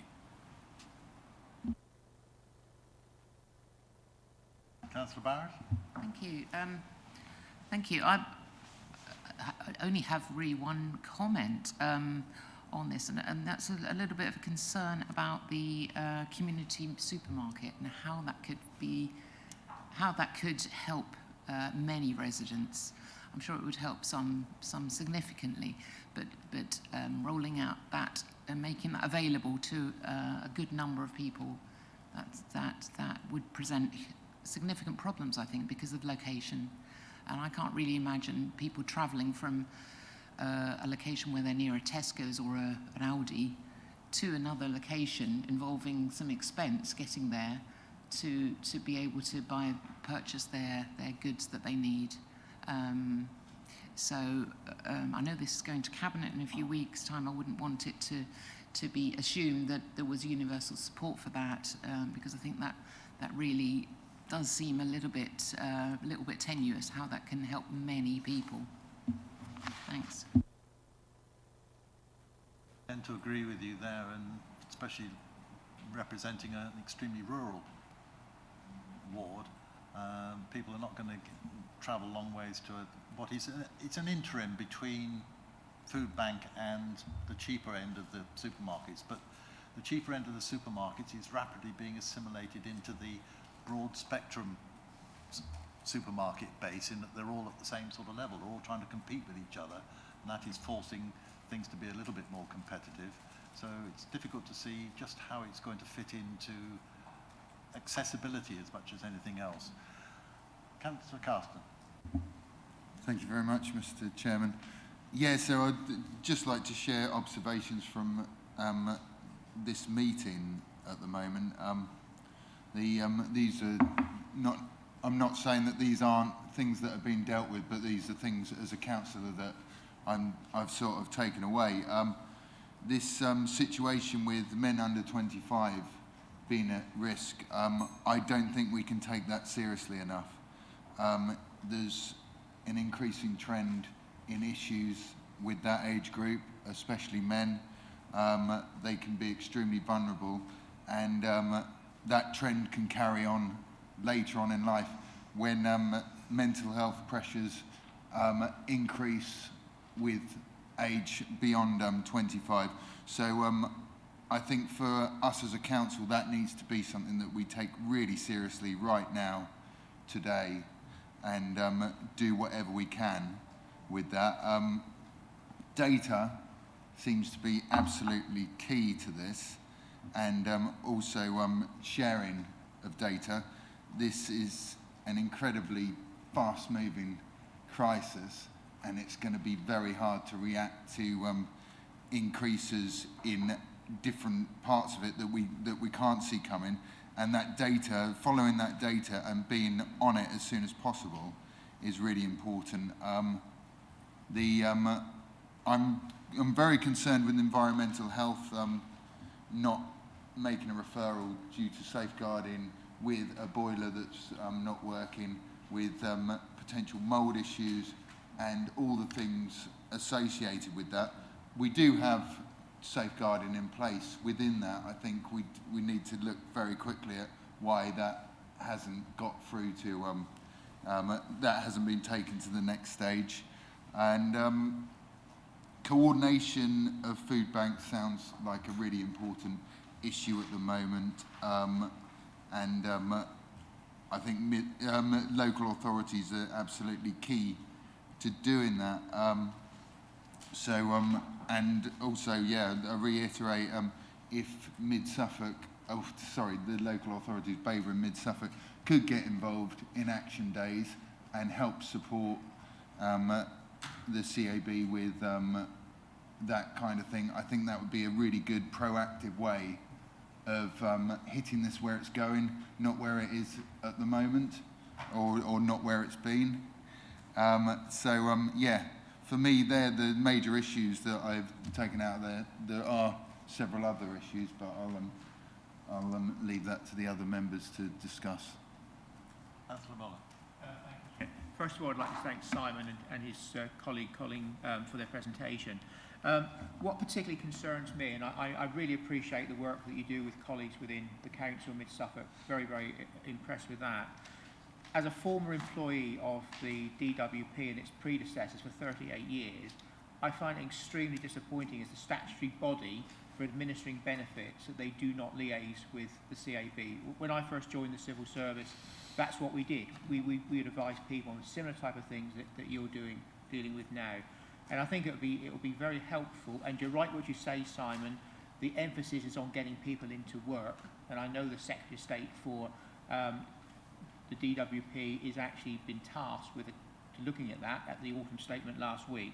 But I think it would be really good if they could look at this at the top level and say, look, there needs to be more liaison between the local DWP Job Centre Plus, particularly, and the local CA. I think that's really important. Thank you, Chair.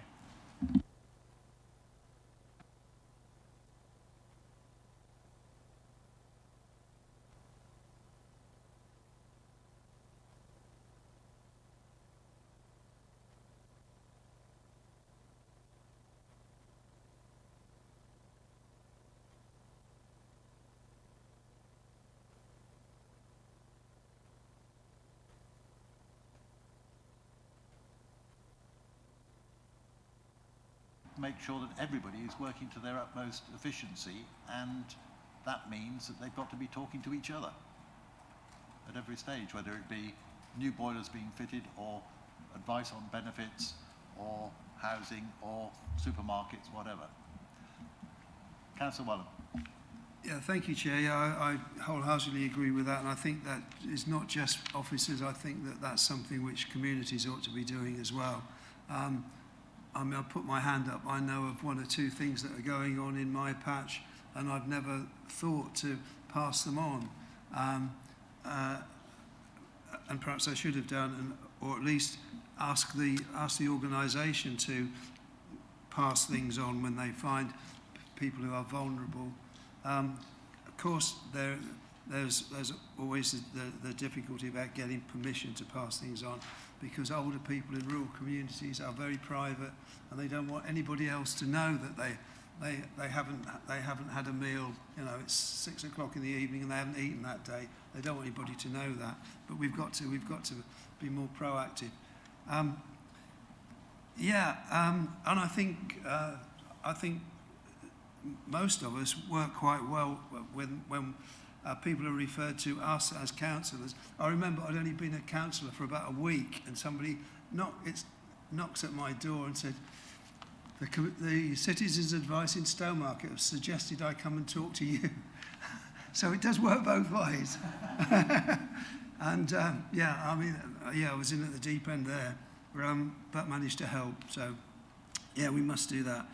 I fully support the uplift. And I thank the officers and Citizens' Advice for all the work they do, and the presentation, what we've heard from both officers and Citizens' Advice this morning has been an eye-opener really to many of us. It certainly has to me, some aspects of it. I'm grateful for the uplift, and I'm sure CA were grateful for the uplift, but I would like to recommend that this be continued throughout 23, 24 and 24, 25, because I think that Citizens' Advice needs some certainty.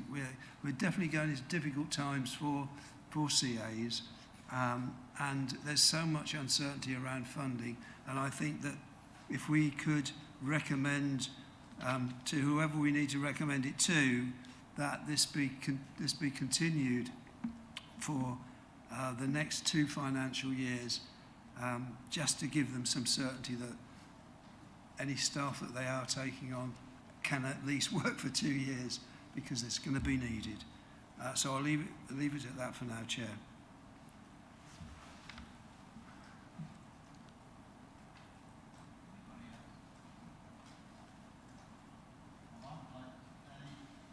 proposals for recommendations we should put forward? I would like to suggest the one that I just read out a few minutes ago, to facilitate more joined up advice by actively promoting joint working. I think it's something that encompasses quite a few aspects of what's been discussed this morning. But Councillor Barrett, you had your hand up. Well, I would like to see included my reference earlier about the caution about the community supermarket. I'm grateful to Councillor Lindsay for raising it, because I'd been uncertain what it was, but I would like that some caution about that, perhaps before it becomes part of a formal policy.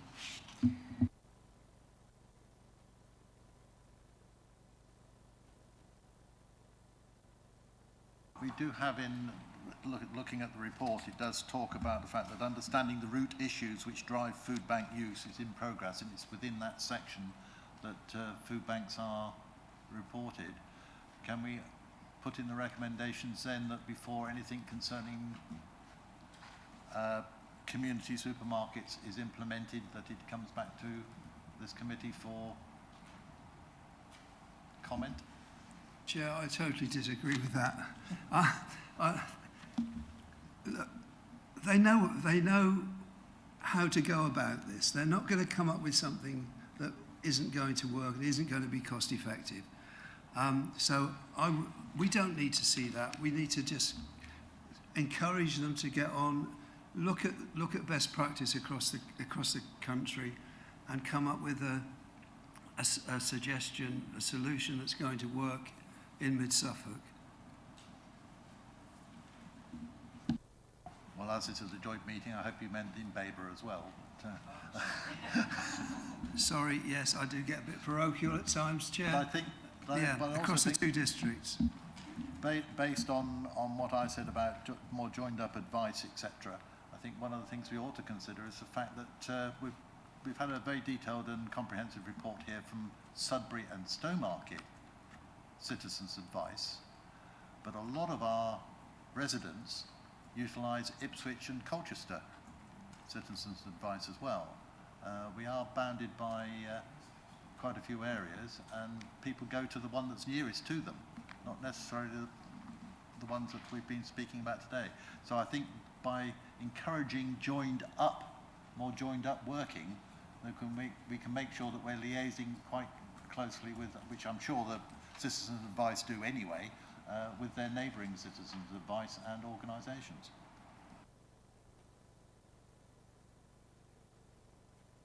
Yes, please, yes. Get us a bit more focused, I think, then.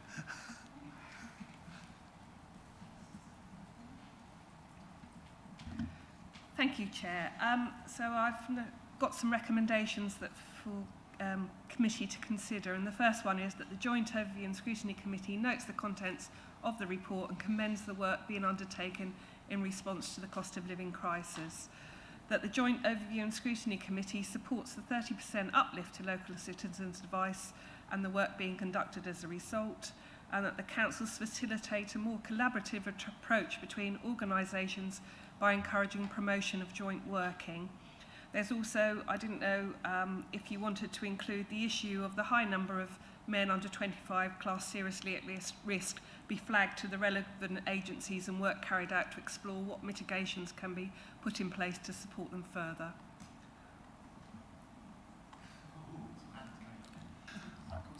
Councillor Appington, I presume you're proposing those as a recommendation, are you? No, I think the recommendation that recognises the uplift, I think, needs to go a bit further, include the comments from Councillor Willoughby in terms of extending that uplift through the next 2 financial years. That's my first point.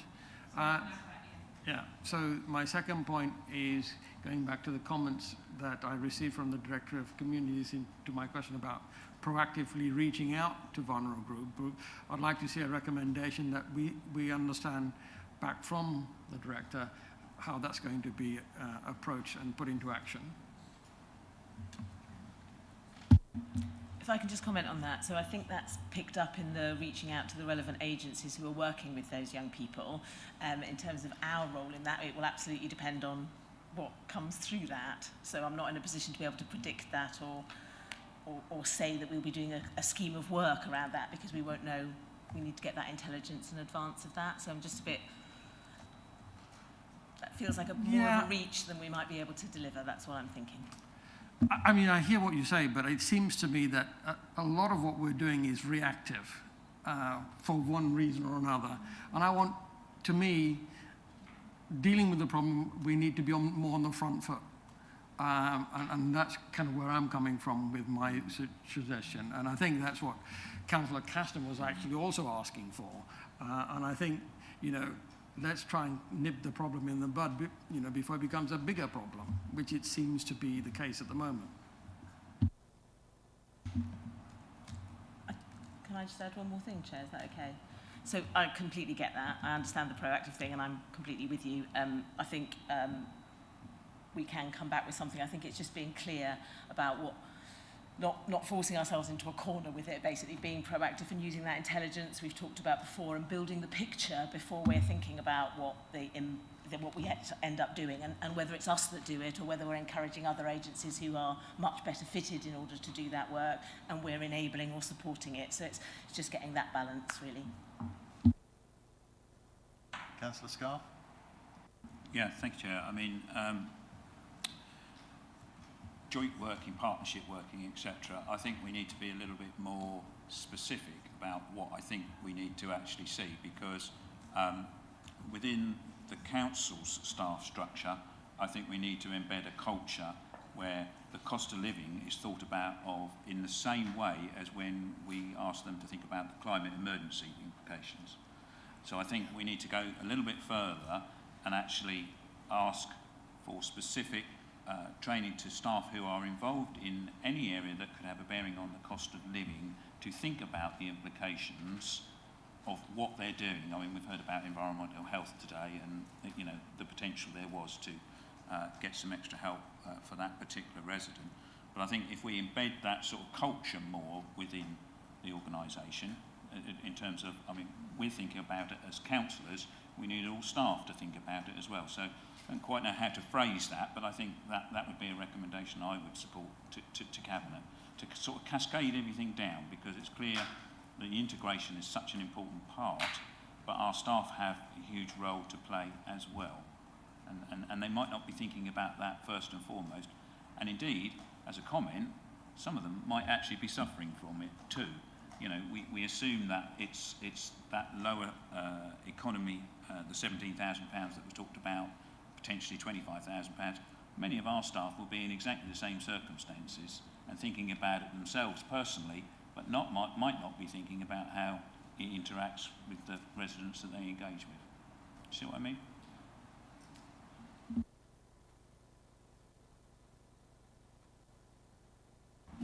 Jan, any comments on that? Oh, right.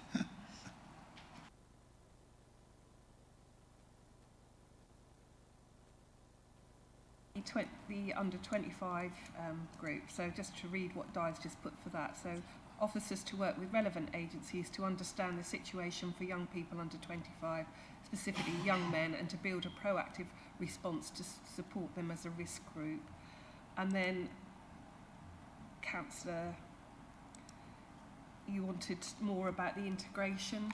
So we've got that the council facilitate a more collaborative approach between organisations by encouraging promotion of joint working. Do you want to add to that, about the integration, that part? I think it's a separate item. Or do you want a separate item?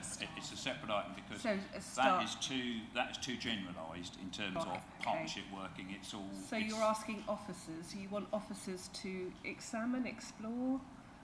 I think it should be embedded as a culture within the organisation, and I think that's the crucial thing. It's up to the Cabinet and heads of department to decide how that can occur. But I think that should be something that should be added to our 5 points, as it were, to embed that as a culture. Because if we only ever do one thing, embed it as a culture, it might lead to other positive thoughts. See what I mean? So it's more specific. Yeah. Culture. Sorry, I'm just trying to. Culture, the integration.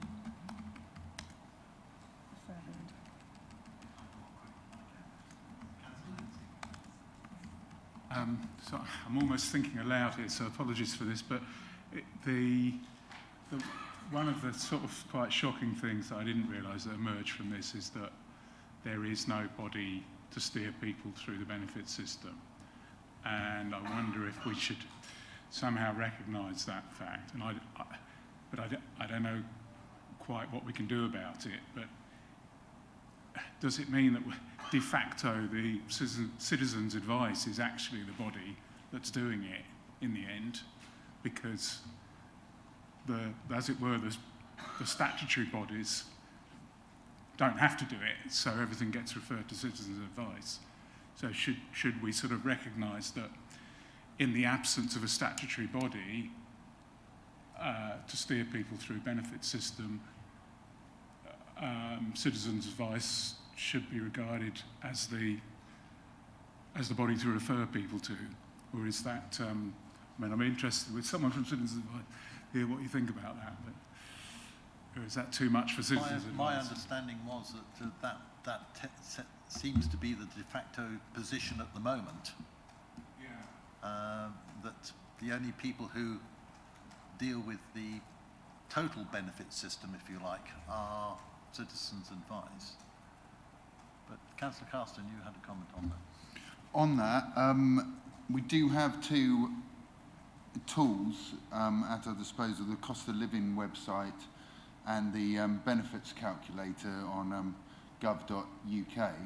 And as a council, we should really be doing all we can with social media and whatever channels available that we have to help people get onto those before they get to the point, because there's a certain amount of people that can deal with that online, and we'll be able to use those tools.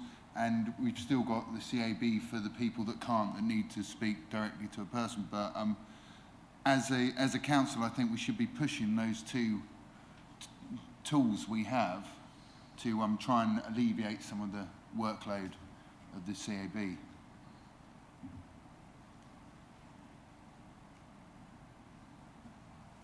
Councillor Osborne, as you had a... Yeah, thank you, Mr. Chairman. Just to make members aware, in the housing team, we do have financial inclusion officers. So when members of the public pass through that particular system, whether they be for our own housing stock or for privately rented stock, they are given benefit advice and advice on other things. And that takes me back to where we have to make sure that we're not duplicating on advice that's being given and working together with the CAB and ourselves. But we are looking to recruit to that team more financial inclusion officers so that we can get out there on the streets and knock on doors to also give them that information as well. So that is part of Babergh and Mid Suffolk's mindset, to be getting out there and doing that as well.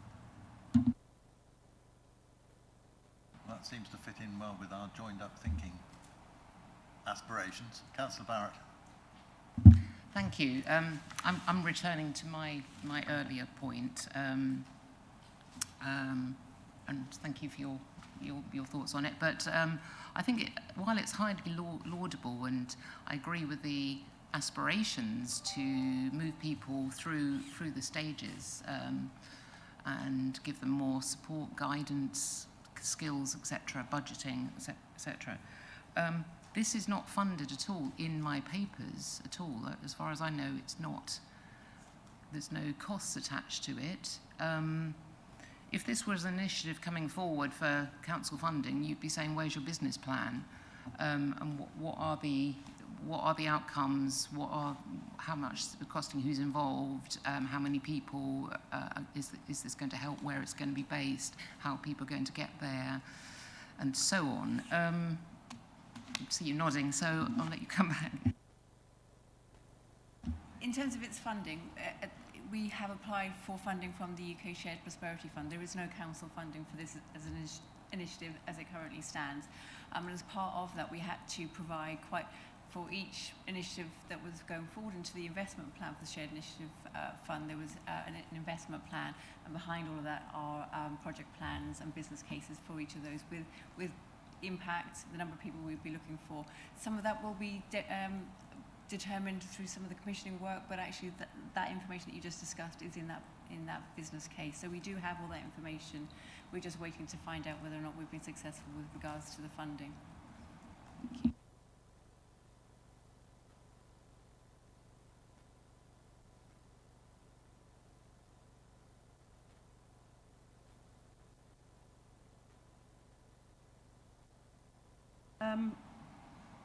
So we've got the first three, which I read out. So the Joint Overview and Scrutiny Committee notes the contents of the report and commends the work being undertaken in response to the cost of living crisis. That's okay, isn't it? That the Joint Overview and Scrutiny Committee supports the 30% uplift to local citizens' advice and the work being conducted as a result, and recommends that that support continues for a further 2 years. Yeah. That the councils facilitate a more collaborative approach between organisations by encouraging promotion of joint working. And then the recommendation for officers to work with relevant agencies to understand the situation for young people under 25, specifically young men, and to build a proactive response to support them as a risk group. And then the last one, that, oh, I've lost that one. Where's that one gone? It's all right. That Cabinet and officers explored how we can embed the cost of living culture into the culture of the cost of living crisis into the culture of the organisation for all staff when working with residents across all departments as part of a more integrated system of support. Does that cover everything? Thank you, Chair. I've learnt a lot this morning, and we've spent 2.5 hours listening and discussing. And I think there's a lot of facts that have come out this morning, facts from the Citizens' Advice officers, which only about 6 people on each of the 2 councils are going to be aware of if we're not careful. And I just wonder whether we can ask Simon on behalf of himself and his colleague whether a fact sheet could be put together so that, I don't want it to be complicated, just some straightforward facts so that all members of both districts are aware of what the situation is. What the officers have put together is great, but I think we've heard so much also from the Citizens' Advice people that we ought to be telling other members about it. I think that that's probably something we can take after we've dealt with the proposals that the Law and Governance officers put forward, if there is a proposer and a seconder for it, and put it out as a note, if you like, to the relevant people to produce for us. You can recommend, actually, it's another recommendation. Or to make it. There's a joint member briefing on given by the CA to update members on the cost of living crisis. I think that would probably be a better way of doing it than anything else. So that was, you wanted that as a recommendation? I wanted that as a recommendation, Chair. It didn't come across as that, it came across as whether it's a briefing or a fact sheet or whatever it is, I think it's important. Can I just say my understanding is there is an all-member briefing already identified for cost of living crisis. There's a mixture of dates at the moment. I'm not sure when that is. I think it's early in the new year. That doesn't necessarily cut across a written piece if you were interested in a written piece, but there definitely is an all-member briefing due.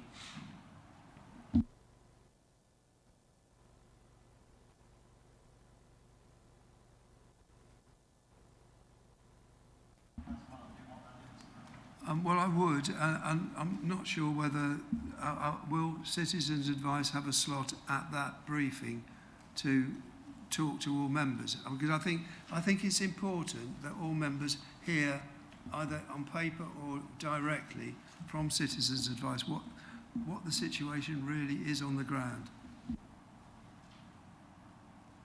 Councillor Flatman. As Di said, we have it all planned, but I didn't know whether, as Simon's so busy, he could just put together, like you said, the key facts for us, and that could be attached to our briefing. Or would you like to come along? Or I'd like to come along. Okay, lovely. I think that's probably essential that they're there. So we'll add that. You'll add that onto the recommendations. Councillor Caspian, you want? I'd like to go for the proposal. We've got some really good recommendations. I'd like to say that this has been a really good meeting, and the Citizens Advice Bureau and also our officers involved have showed a huge degree of competence and in dealing with a really complicated crisis. And I believe we're getting very good value for money, for the money that's going in from the authorities. I'd like to propose the recommendations as laid out. I'd like to include Councillor Wellham's last one, because if we're doing that already, I think that will be, having that ticked straight away is fine by me. And I'd look for a seconder. Thank you, Chairman. I'm happy to second, thank you.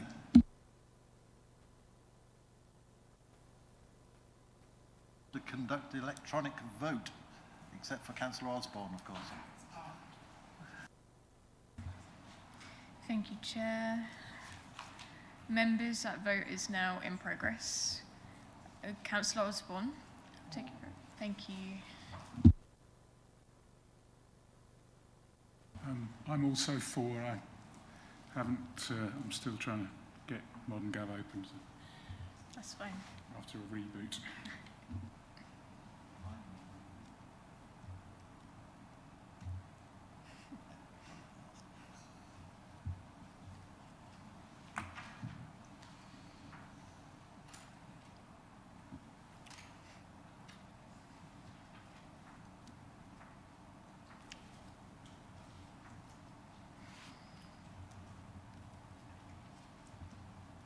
Councillor Dawson?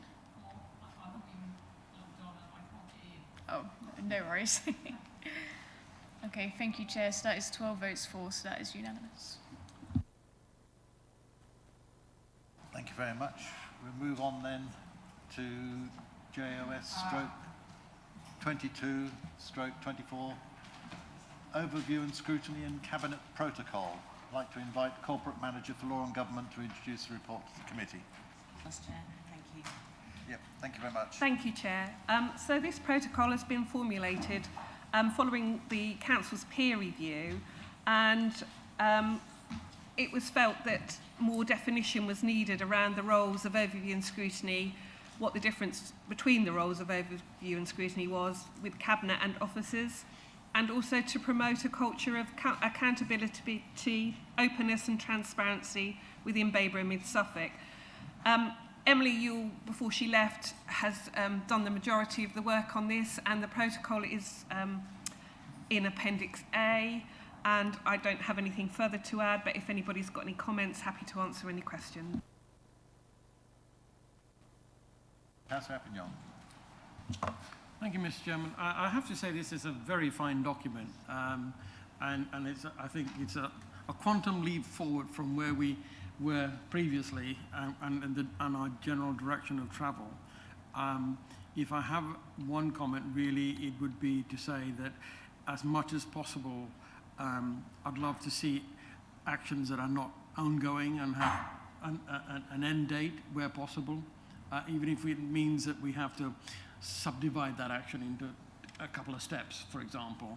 Because I think one of the key principles that we as overview and scrutiny have been concerned about is actually things getting done, and there's nothing like a deadline to get something done. Thank you. So, just to comment on that, make recommendations which have a clear purpose and set out expectations for response and implementation. That's already in there.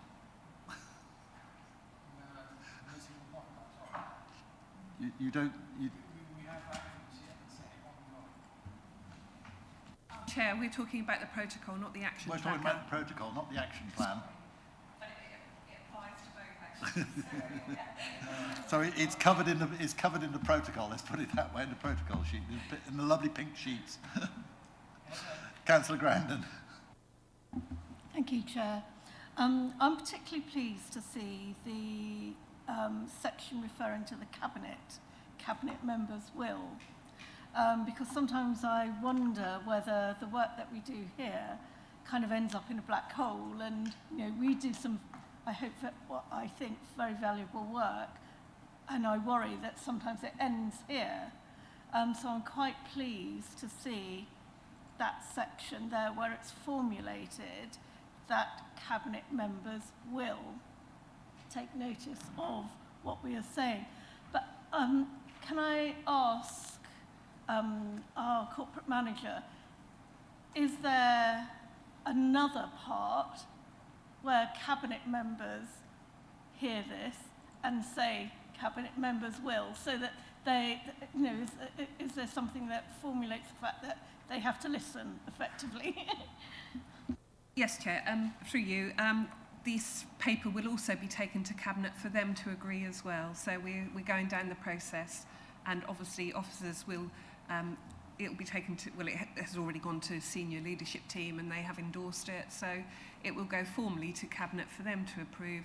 We're also holding regular Cabinet and chairs of scrutiny and vice chairs of scrutiny meetings with them on a regular basis now to discuss anything coming up. So we are much more, although we still need to maintain this, the need to be separate to maintain your independence, we are working much more closely with them.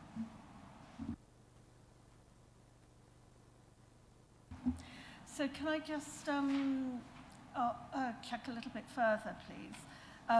So will that include a sort of formal bit where cabinet members are expected to review our decisions or our work, where they do that sort of specifically? The formal review is when you send your recommendations to Cabinet. That's when they review. And also you have to take your work annual work programme to council, so all councillors can review it, and the chairs regularly update to council on the work of overview and scrutiny, so that it is a constant review. But the formal recommendations are obviously taken to a formal meeting for approval. Councillor Osborne. Thank you, Mr. Chairman. Yes, absolutely agree with this area that Emily Yule provided before she left. I do like this, and I do like to see on the scrutiny cabinet protocol how will we achieve it. I think those bullet points down there say it all, particularly the first one, well, all three of them, all 6 of them actually, and yeah, that's excellently piece of work done by the governance. Thank you. Yeah. Councillor Barrett. Thank you, Chair.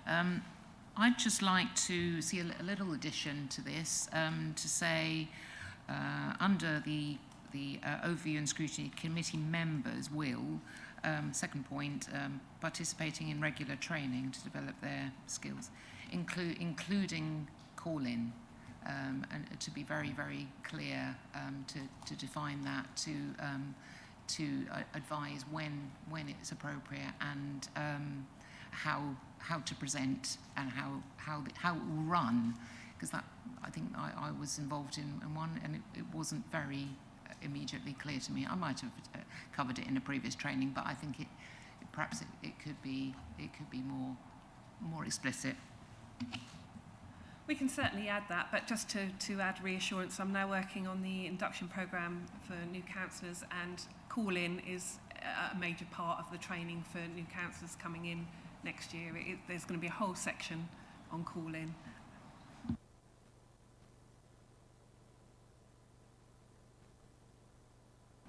Thank you, Chair, I mean, I really do welcome this because I feel at times there's been a bit of a disconnect between Scrutiny and Cabinet and probably on both councils, and come back to the point that Scrutiny has a tremendous value to the council if it works well.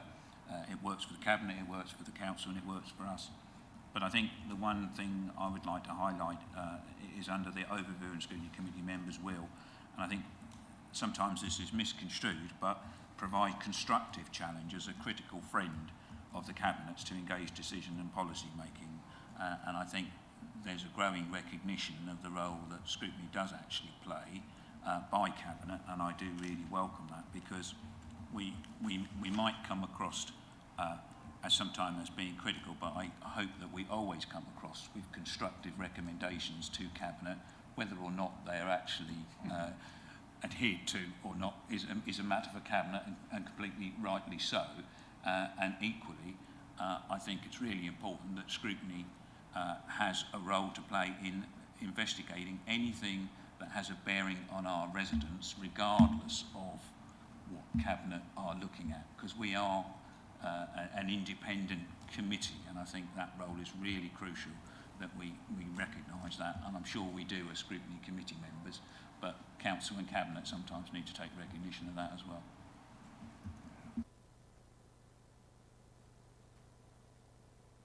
I think that was a combined almost debate and questions session. Can I have a proposer for Councillor Osborne? A seconder? Councillor Grandon? The officer will now conduct the electronic vote. Thank you, Chair. Members, that vote is now in progress. Councillor Osborne. Thank you.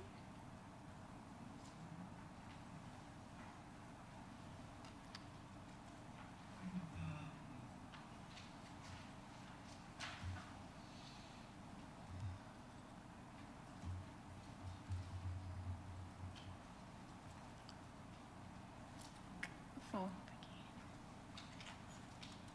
Councillor Dawson?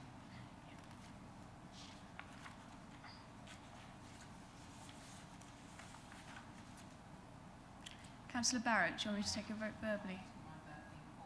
4. Thank you. So Chair, that makes 12 votes for, so that is unanimous. Thank you, members. Move on to item 9, JOS/22/25, forthcoming, oh, beg your pardon, forthcoming decisions list. Yes, where's the tracker? That's the next one down. We get a bit out of sync, I think, on the papers.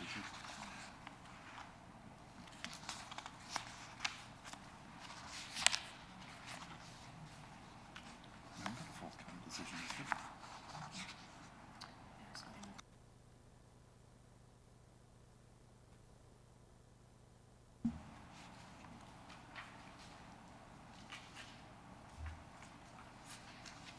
The officer's trying to keep me on my toes by just providing a link to...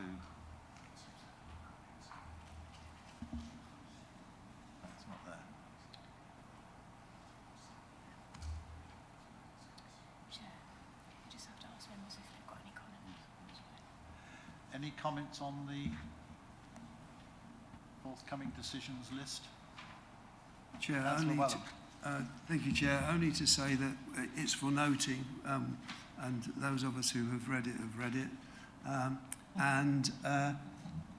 I didn't, in my reading of it was that there's nothing there that needs to be brought forward into our work plan. So I'm happy that we just note it. Thank you.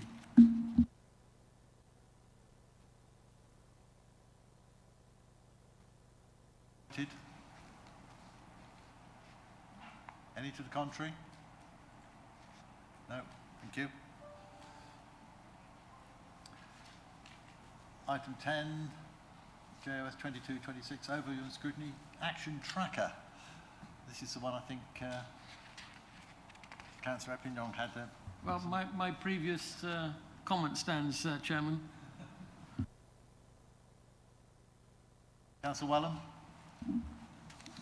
Yes, Chair. We've made real progress with this, and I thank the officers who have done the work on this.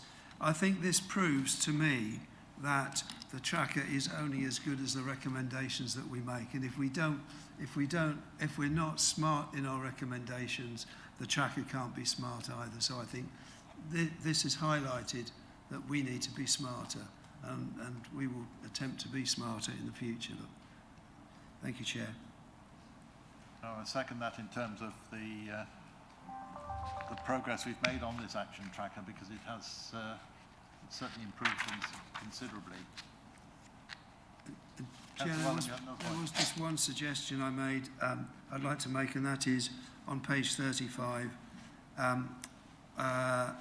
towards the bottom, 1.3 and 1.4, and that is about a training session. And I would suggest that rather than we try to fit that in before March, that be part of the training that's given to new members of Overview and Scrutiny. Thank you, Chair.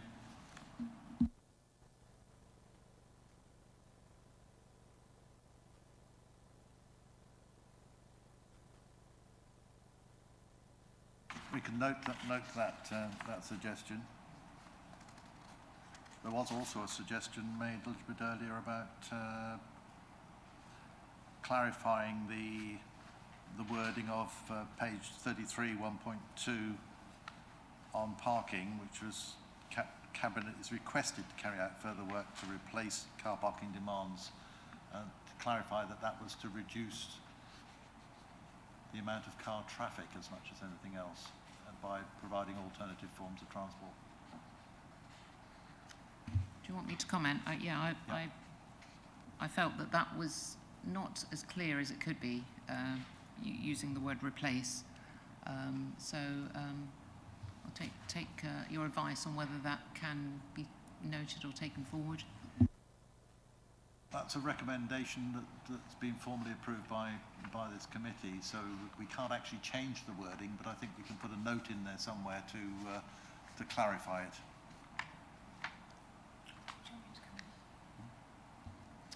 Thank you, Chair. Yeah, just to clarify that I will make a note of that. As the Chair says, we can't actually change what the recommendation says, but in the future action trackers, I'll put a little note in to explain exactly what that recommendation means, just for clarity. Thank you.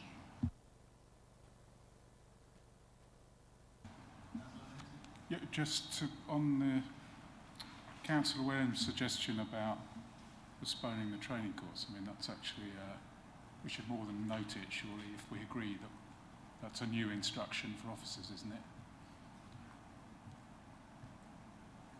If it's knowledge, I suppose the time isn't stated in the recommendation, is it? So it's fair enough.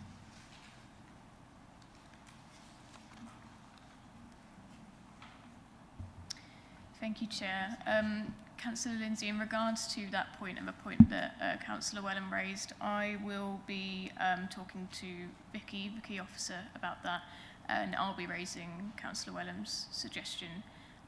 Once I get feedback from her and a decision, that will be then included in the progress section of the action tracker, and you guys will all be made aware. Thank you.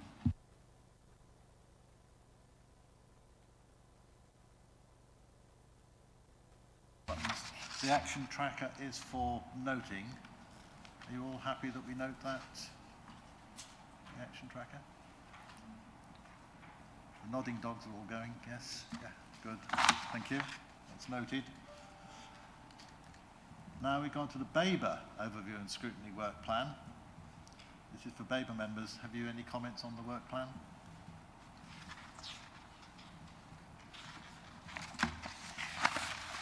No?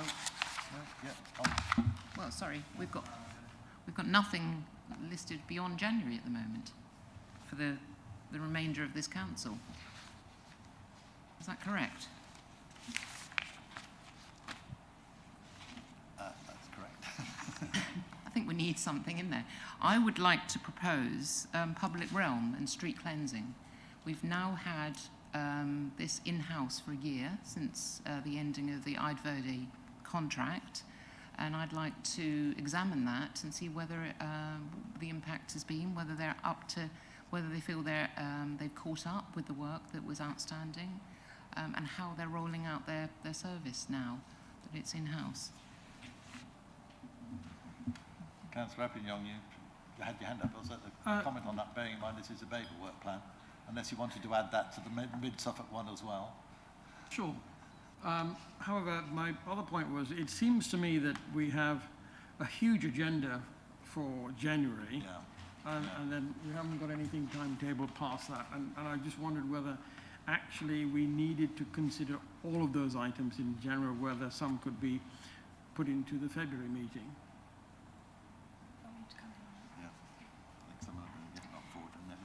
Thank you, Chair. So this is something that I have picked up. I am very conscious that the work plan for January is quite loaded. We decide the work plans at the joint chairs briefings, and we have one next week. What we will probably look to do is move one or two of them items onto the February work plan. At the moment, it's looking like that will be the update on the electronic complaint system, and the Babergh-only item that is the scrutiny of Cabinet's communication and sharing of information. That looks like it might be moving to February, but obviously we will have to formally approve that at the Joint Chairs briefing next week. Thank you, Chair. I can come back on that. In January, we're looking again at the general fund and housing revenue accounts, which is a huge item, and I personally believe that should be the only item on that particular meeting. Everything else should get moved forward. As I think the chairman of Mid-Suffolk's Overview and Scrutiny was nodding away when you suggested that. I think at the chairman's briefing next week, then it's likely that everything else is going to get moved forward. Chair, I'm not quite sure exactly what we will be doing with the General Fund and the HRA when it comes back, because we're looking at the General Fund and the HRA tomorrow, the Mid-Suffolk, and you'll be looking at it this afternoon. I'm not sure how much will be left to do when we review it again in January. So I'm not sure what value we can add at that point. I mean, I'm not saying there isn't any, but I'm just trying to get in my head exactly what we will do. It says it's review savings proposals and updated position. What we mustn't do is to go through the whole the whole thing again. Without being too cynical, with London politics at the moment, and there's a fair chance that there might be another budget before then, which might change the whole thing. But Councillor Lindsay. It does say that what we're looking at, what we're going to look at, or you're going to look at tomorrow, and we're going to look at this afternoon, the savings is the controversial bit. It's the cutting. What services are going to be cut? And there's nothing in that about what's going to be cut. And so I think what they're bringing forward in January is actually, well, this is where we're suggesting we're going to cut. And that's quite crucial, isn't it? Melissa, you had something to add. At least from the Babergh figure, I haven't looked at the Mid-Suffolk thing. Yeah. It's obvious there's a big hole. So. Let's keep it specific. We're on the Babergh action plan here. Thank you, Chair. So in terms of everything that's being discussed, the budget's coming back in January is something that Melissa Evans has requested. She is going to be invited to the Joint Chairs briefing next week, where we will formally have a chat with her about what that item is actually going to entail. There we would then be able to make a decision on it's coming to Scrutiny Committee. In terms of what everyone's suggestions have been about moving items on the work plan, we do in January have some quite time-sensitive items. So the review of the culture, heritage and visitor economy strategy does have to go to the January committee. So there are some unmovable items, but as I said earlier, we'll have those discussions next week about what the work plan for January and February and March is going to look like. So I would assume that that will be thinned down, but we will have to have discussions with all of the officers about what is actually going to come to that committee. So Babergh members, are you content to note the action plan? Oh, sorry, the work plan? Well, I mean, in the same way that Mid-Suffolk, I think if we can get some of the stuff from January moved later to later meetings when the agenda is bare, then that'll make sense. I think that's... Well, where it's possible to redistribute the workload, then that obviously makes a lot of sense, because sitting here for too long can be counterproductive sometimes. And we had a suggestion, which I'd probably like to support, from Councillor Barrett about... yeah, I've made a note of that for next week's discussions. Yes, Councillor Wenham, bearing in mind this is the Babergh action plan we're talking about. Yes, and that's why I put my hand up, because the review of savings proposals and updated position will be quite different from the Babergh perspective and the Mid-Suffolk perspective, so that probably can't be a joint meeting. Well, that's something we can discuss next week as well. So we're in the situation over today and tomorrow where we've got three meetings. We would be best to avoid having 3 meetings on the 23rd, 24th of January. Yeah. So with that, I'm getting some nods. So I think if members agree that's what we should aim towards, then Babergh have got a Babergh-only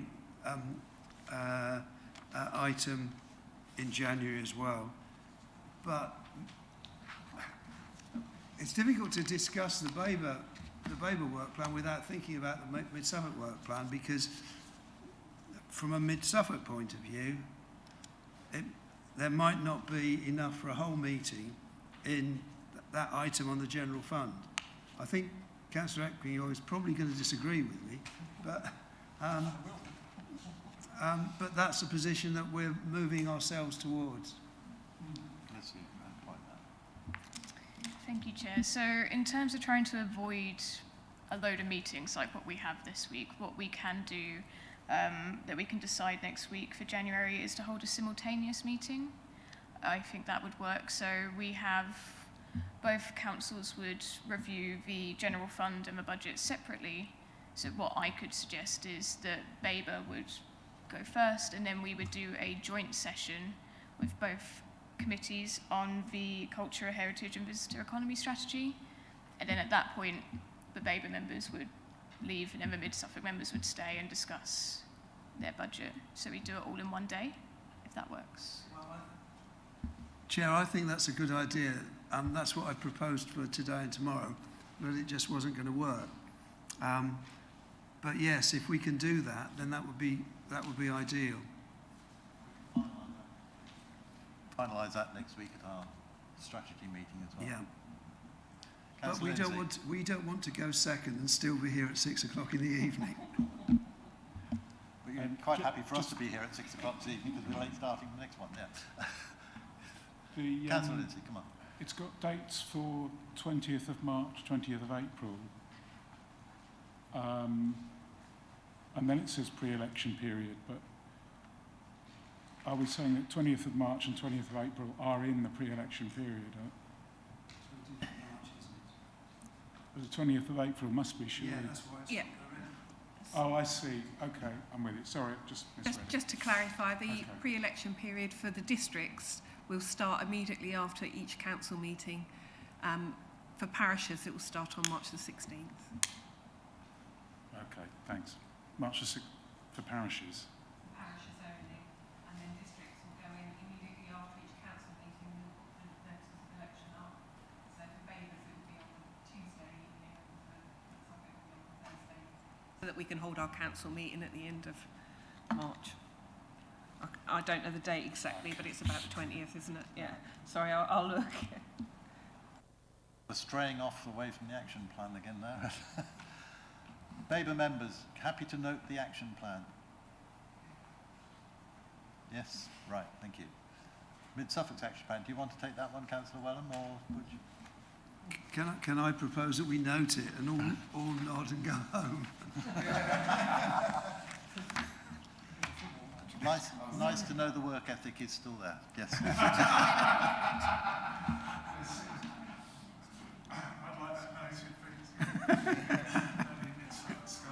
Well, that concludes the business of this meeting, but before you all disappear, Alicia's got a point she wishes to make. Yeah, so this is in terms of the Babergh Overview and Scrutiny Committee that is happening straight after this. Obviously on the papers it's scheduled for 1 o'clock, but I think everyone needs a lunch break. So we will still have, what I propose is that the pre-meeting starts at 1:30 with the committee starting at 2. So that's for the Babergh members only, if that is okay.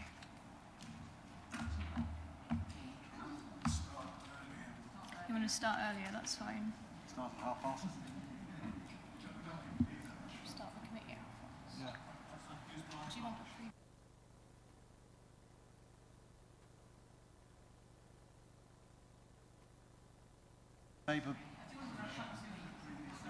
Babergh members, how long do you need a pre-meeting, or do you want?